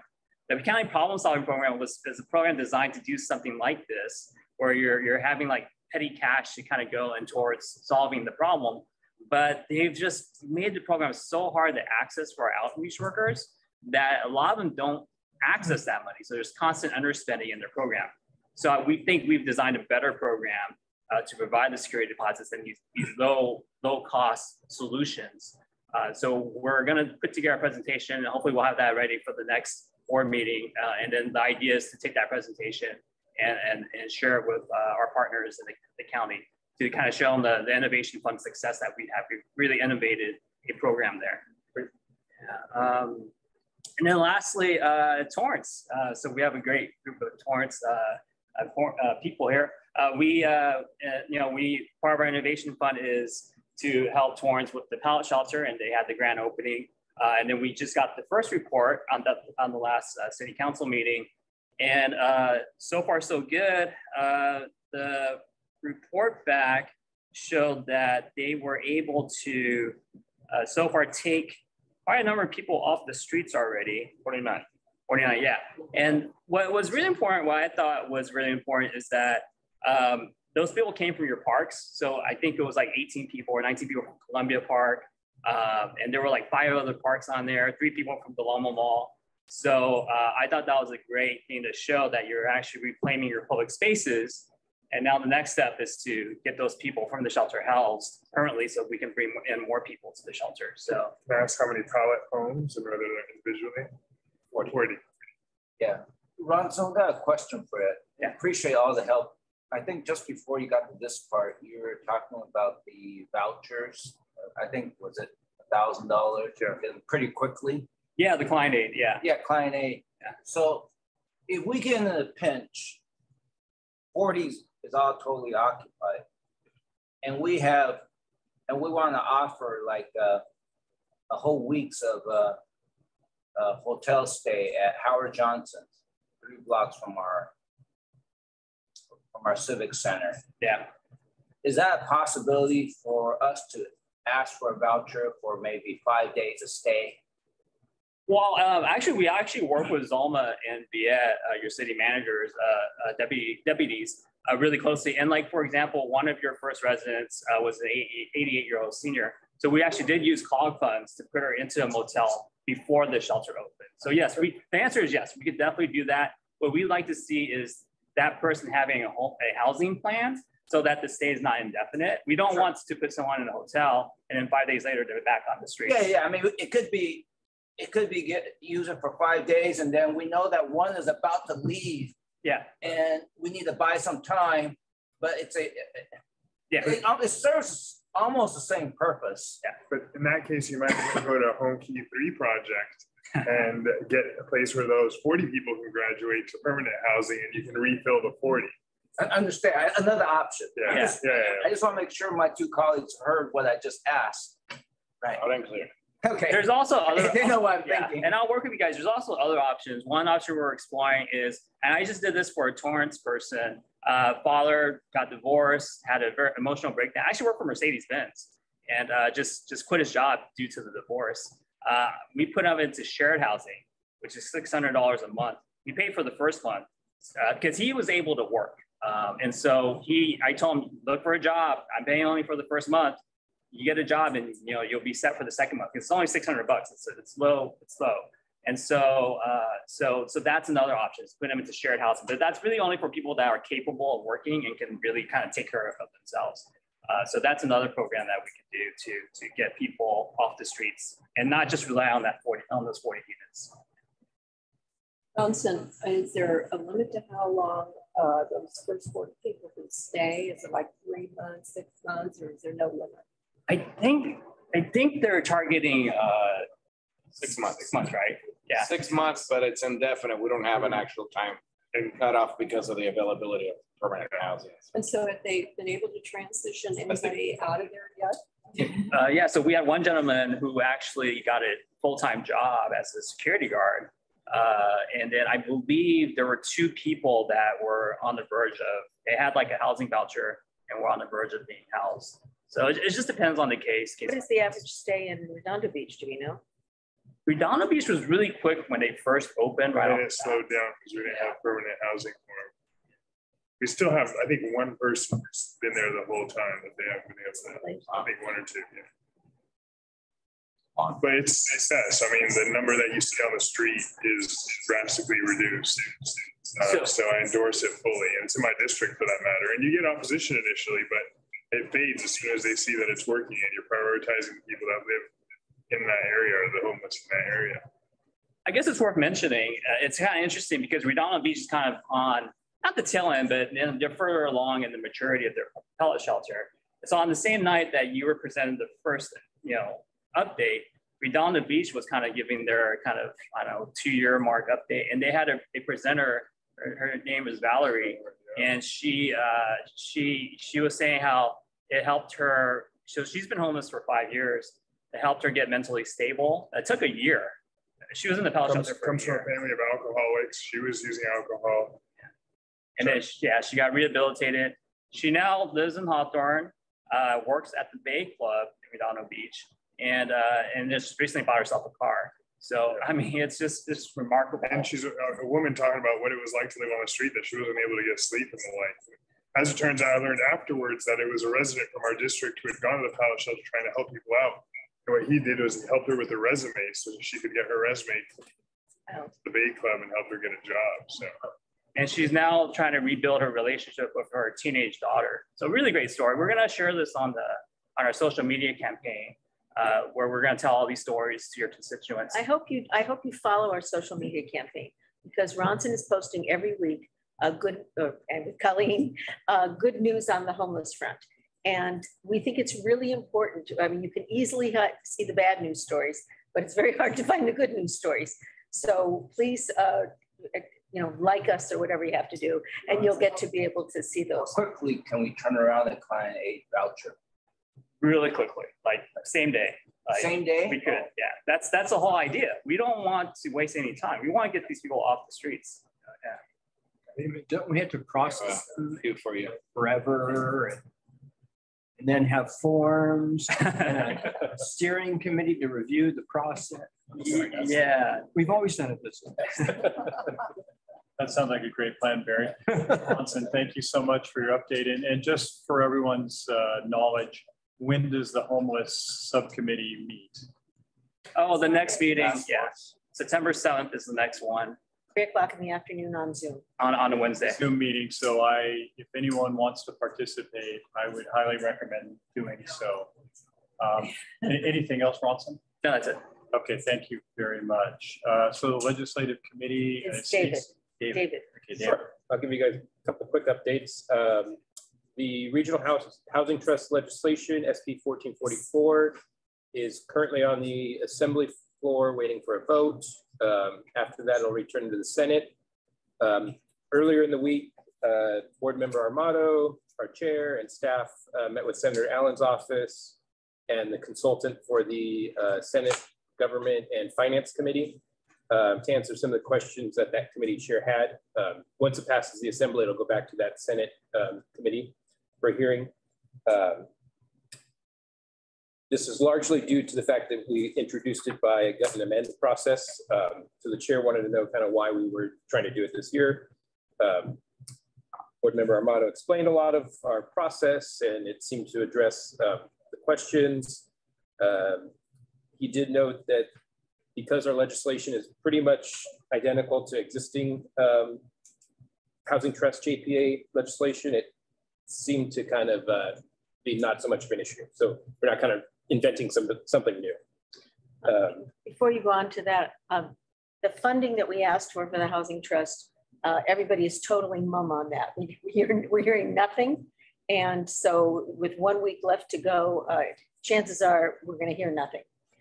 What that means is that if we get the legislation passed, we have no funding to actually do anything with it. And so, and we were hoping on the SCAG funding, which I mentioned, which is not coming at all either. So David and I are going to put together something. If we want to continue with the Housing Trust Fund, we might actually come to the cities and say, would each of you throw in some money we need a lawyer, we need somebody to help us with all of the formation costs of what that means. And then we need somebody who has a lot more knowledge than I do on how to start, helping look for properties or whatever financing mechanisms. So there's a lot of work for us to do, and we really have no budget to do it.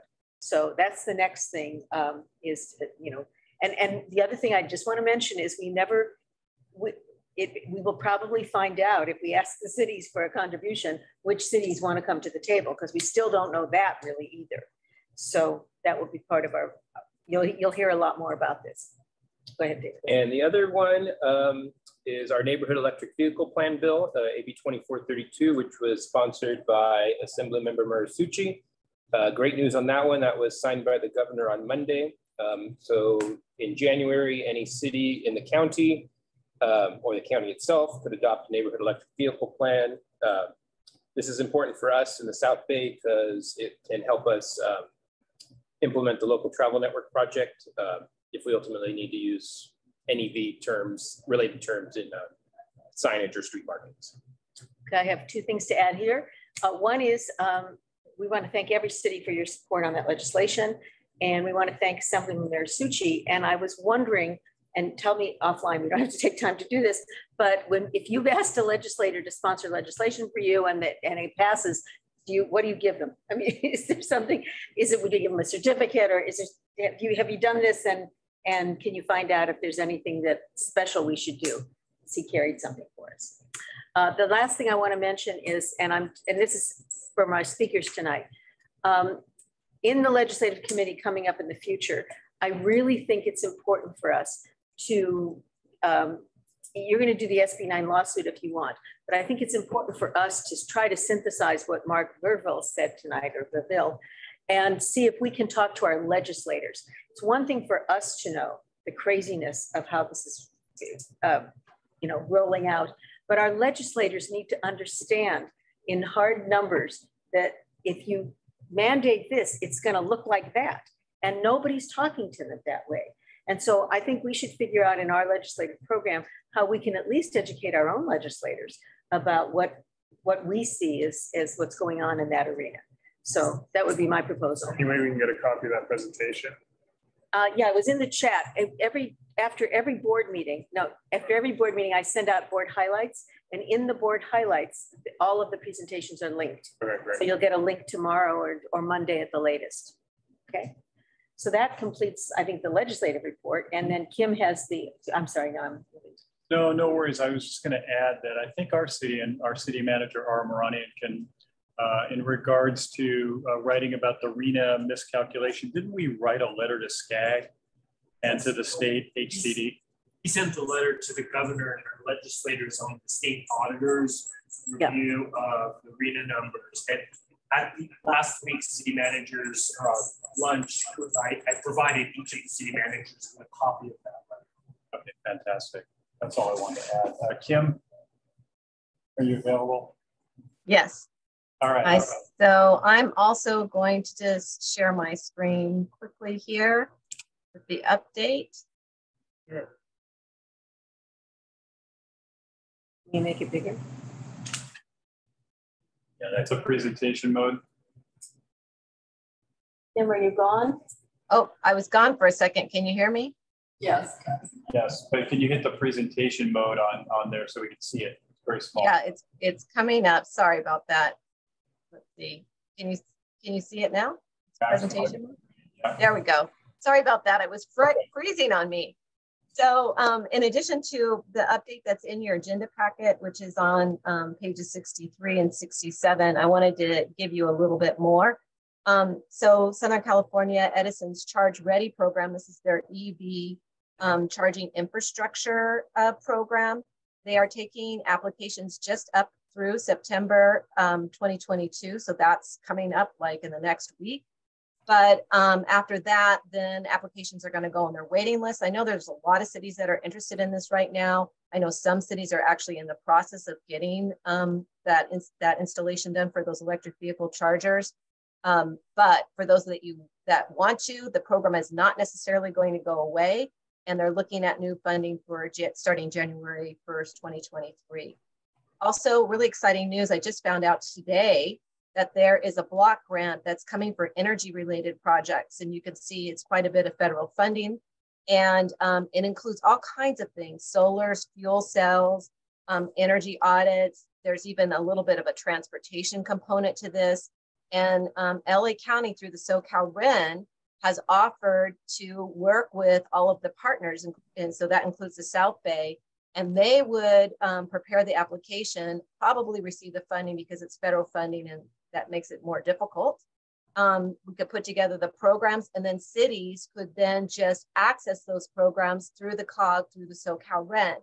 And so we're right now trying to figure out what projects cities would be interested in, and would they, are they going to do something on their own with applying for this kind of grant, or were they planning on working with anybody else so that we can coordinate our efforts? And the last thing I wanted to let you know is that the SoCal REN Kit for Kids program has started, and that's a program for 3rd and 4th grade classrooms. We had the we had the school district in Carson actually participate and last year, and they don't have a lot of money for this. And so if you know people in the school districts or have classrooms that teachers at 3rd and 4th grade, please let us know so we can follow up with them. That's all I have. Thank you, Kim. All right. South Bay Fiber Network. Fiber Network, we spent a lot of time in the last 2 weeks putting in an application for $500,000 for a design of possible future extensions to the fiber, mostly in disadvantaged communities. But what this will also include is a needs assessment, and also we're looking at small businesses throughout the South Bay. And we don't know, nobody knows what the PUC will do with this. They're batching every application they get every month. So we're hoping to be in the August batch, and we will let you know if we're successful, but that's taking up most of the time. Our wireless program is seems to be moving along in Torrance. With that staff in Carson, it's a little bit more quiet. We're not sure where that is right now. That's it for fiber. And David and the local travel network. Oh, sorry. So last Thursday we had a charrette to discuss the wayfinding design. We had, I think it was 13 cities, about 20 representatives altogether. I think there was a pretty good consensus. After that meeting, we're going to have another one in September sometime, and following that, we will bring back the recommended branding to the board for approval. We will be presenting to the Redondo Beach City Council as part of their strategic plan in September on the 6th. Yes. And we actually had, we presented to the El Segundo Environmental Committee at the beginning of the month. And that was really a gold mine. The chair of that committee is very well connected to the community. So we will be presenting to the PTA council in a week or two, and then a mother's group following that. And there just seems to be a lot of support from the community in El Segundo for that project. So so far so good. Anything else I'm forgetting on that one, Jackie? I don't think so. I don't think so. So I think that's it. All right. Any questions for David on that? It's always nice to find a gold mine. Yeah. Oh, yes. There's one other thing I wanted to talk about. John this evening signed a letter to the editor that has already been submitted, I guess, to the LA Times. Fast work. Today, if you were looking at the LA Times, there was an article about the city of LA going for having a ballot measure having to do with their bike lanes on major streets. I can't remember what it's called. It's a lawsuit to force the city of LA to implement their mobility plan. Every time they do any sort of road maintenance on a segment greater than 1/8 of a mile or something like that. And so we sent a letter to the editor. It can only be 150 words. So we sent a letter to the editor saying that what they're doing is they're saying that on very, very major streets, they want to mix slow speed vehicles, bicycles and others. And our local travel network is another way of doing it, which is you don't mix those two modes. You find other safer streets. So that's what the letter is addressing, is we have another alternative we think they should consider. So we sent that in today, right before this meeting, and I want to mention that. All right, yeah. That was fast work. It was good. Before I sat down and ate, I was writing a letter to the Times, which is great. It's how it should work. Okay, Britt, do you want to do the senior services or Ronson? Our next meeting is September 27th, Tuesday morning, 9:30 by Zoom. And I think we are still having council member, possibly there, Cedric from Carson. He's not here tonight, but Is Cedric's on the? no. He was, updating us, as you had suggested, on some of the senior programs at Carson.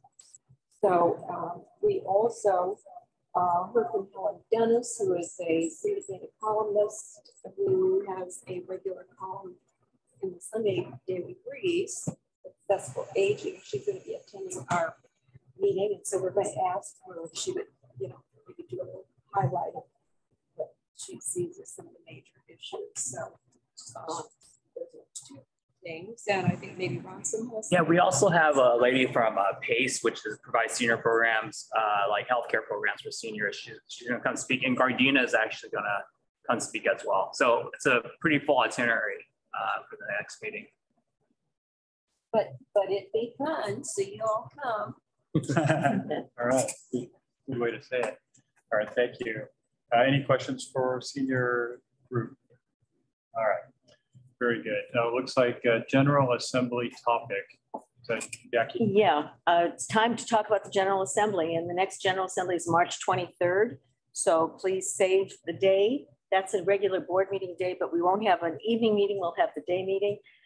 We talked to the steering committee about it, and some of the ideas, which are very early, are showcasing our cities, which we can do in the program and in the exhibit hall. But then after the senior staff were talking, We came up with another idea to add on to that, which is to look for, and cities do have student groups, to look for high school and college students to talk about what they see as their future and how they want the South Bay to address the needs of the future from their perspective. What are the critical issues they see, and then have the cities maybe respond. So we thought that might be a really interesting thing to throw out and see if we can find a good dialogue between the cities and some of the future. That's great. Yeah. So that's where we are with that. The next is the Councilwoman Derringer is now Vice President, I think Vice President, right, of the LA division of the League, which opened up an appointment for the COG. And our nominations are due by August 31st. To me, it just means you send an email to me. We have about 4 or 5 people that have already sent in their nominations. So the steering committee is going to have a choice to make at the next meeting, which is going to be September, second Tuesday in September. So, huh? Yeah, I need an email in writing. Yeah. And then under other, I wanted Colleen to just very, very briefly show you the, you should watch for our newsletter. Colleen, do you want to tee up the newsletter? Yes, Natalie, you have that teed up? Wait till it's up. We have a little bit of a different cover look this time, so I just wanted to show you the summer issue. You got Steve and Wally on the cover. Natalie, do you got it, or do you want me to get it? Natalie, you got it?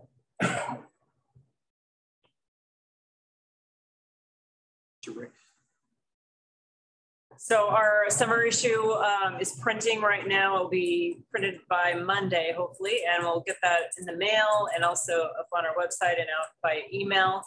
And we went with a little bit of a larger photo on the cover this time. We also went to 8 pages, so we can give it a little bit more breathing room, our content. But it's, you know, it's a visual era, Instagram, and everybody, you know, likes photos. So we want people to pick it up. We take these to a lot of different events throughout the community, and you know, the goal is to get people to pick it off the table. And I think a photo will really help us with that. So I hope you like it, and we look, you know, forward to hearing your feedback on it as well. Awesome. That's terrific. And then the last other that I have is, I don't know if Hildy is still here. I don't know if she is. Hard to know. Okay, so the SPA 8 working group is Stacy Armato and Hildy have been going, and Eric Allegria from Rancho Palos Verdes. And it's really an interesting working group that we have with Beach City's Health District. First thing I can say to you is what we really needed. Oh, sorry, and Rodney Tanaka's there. Sorry, Rodney.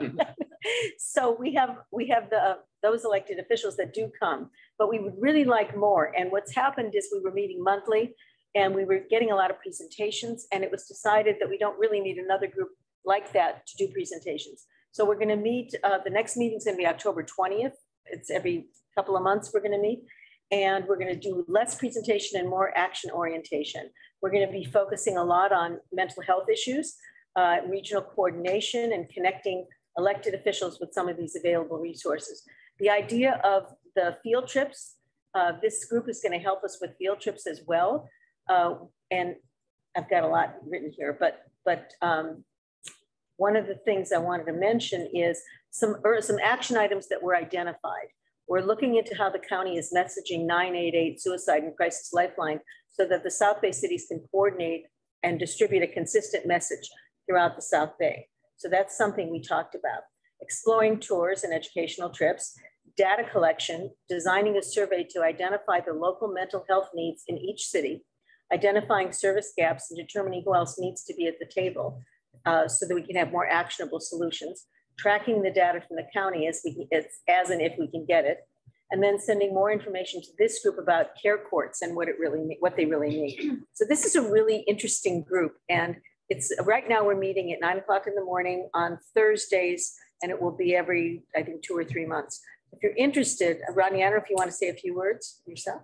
Well, you know, a lot of great topics came up at the last meeting, and we kind of knew that it was repetitious. And so to extend them about every 3 months helps it helps the group to establish a good agenda on what we're trying to accomplish. And I think at this last meeting, we talked a lot about mental health and drug usage and how that affects our homeless populations. And so I think they're really going to start looking at the mental health aspect of how it will impact the South Bay if we had more places for mental health evaluations. So I would encourage those that are just if you're interested or it speak to you a little bit, just join us at the next one, and you'll actually see it's not just a bunch of talking heads. It's actually we're trying to accomplish some good stuff in the South Bay.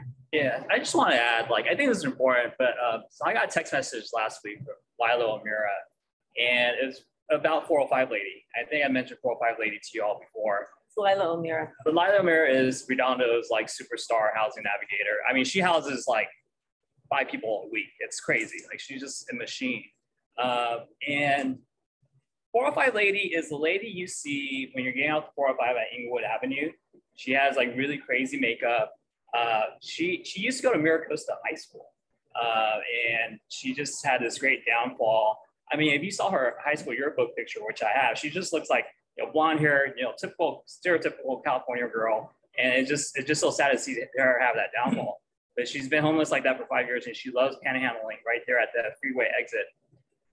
The mental health aspect of it is that we don't have any facilities. So last week they literally had to inject her on the side of the freeway, and that they were literally performing a mental health medical procedure, because that's how they do things when it comes to mental health issues. And it's very important because the homelessness you see on the streets most oftentimes is a mental health acuity issue or substance use. The people that are normal, like if I became homeless, I'd be hiding somewhere, I'd be ashamed, I'd be in my car. You won't see me on the streets. So the people that you're seeing, your constituents are seeing, are those folks with the mental health issues. And they're creating the narrative for everyone else. And so that's why it's super important that we take care of this mental health issue, so that the moms and seniors and fathers that are becoming homeless, they can get proper supports and they're not being clouded by this other narrative. So. But Johnson is the one that's out in the open that we all see that has mental health and substance abuse. If they go in the Redondo's temporary shelter and the Torrance one, it's hard to turn them around. Yeah. I'm not sure they're the most suitable place to put. No, you're right. Those clients. No, you're 100% right. Yeah. That's why we need to do that field trip to see which facilities are more suitable for that. Right. Yeah, because I think we're in our temporary housing, it's supposed to be like a restaurant. We want to turn them over. But if you get the ones you just said out in the open, that's where the Columbia Park, right? Yeah. That's the case. Yeah. So they're like long-term residents. Yeah. Plus the people working in your shelter, they're not equipped to deal with it. Absolutely, that's the thing. That's why we're looking at our mental health community and trying to find locations that we can take these people to. And it's not a tiny shelter. It's an actual place that they can go.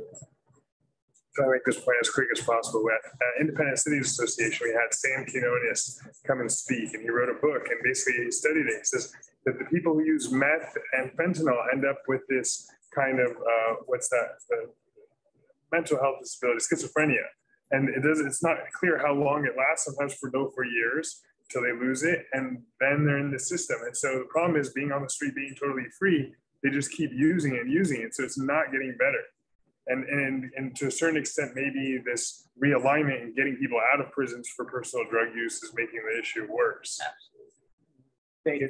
But yeah, it's debatable, right? I'm not saying I totally subscribe to it, but that's the idea. It's an idea. Ronson just told us. All right. Well, lots of important issues we're dealing with. Okay, so next item is agency reports. Yeah, and I don't think there's any agency reports that we have to give. So I think we're on events and announcements. Oh, fantastic. I have an announcement. Okay, Jackie, start us off. My announcement is I want to congratulate on behalf of everybody, Britt Huff for her reelection. The cities of Lomita and Rolling Hills Estates do not have competitive elections. And so that only leaves 10 cities, I think, in the COG that are going to have elections. We're going to have a lot of new council members. assuming that, I mean, because there are ones that are, I'm not saying people are going to get defeated. I'm saying there's a lot of them. Yeah. So we are going to have new council members. And so at least we don't have to worry about those two cities. We know who's coming back. Yes, we had a massive celebration the other night at our council meeting, meaning the 4 of us who were there in person sat and ate ice cream together and went home. So it was a big day in Lomita. It was Handel's ice cream though from Torrance, man. That's good stuff. Well, lots of fun in Lomita. Any other announcements from anyone? Anyone on the? I don't see anyone there. Okay, with that, I think we're adjourned for our next meeting, which is Thursday, September 22nd. So it's 22:22. All right.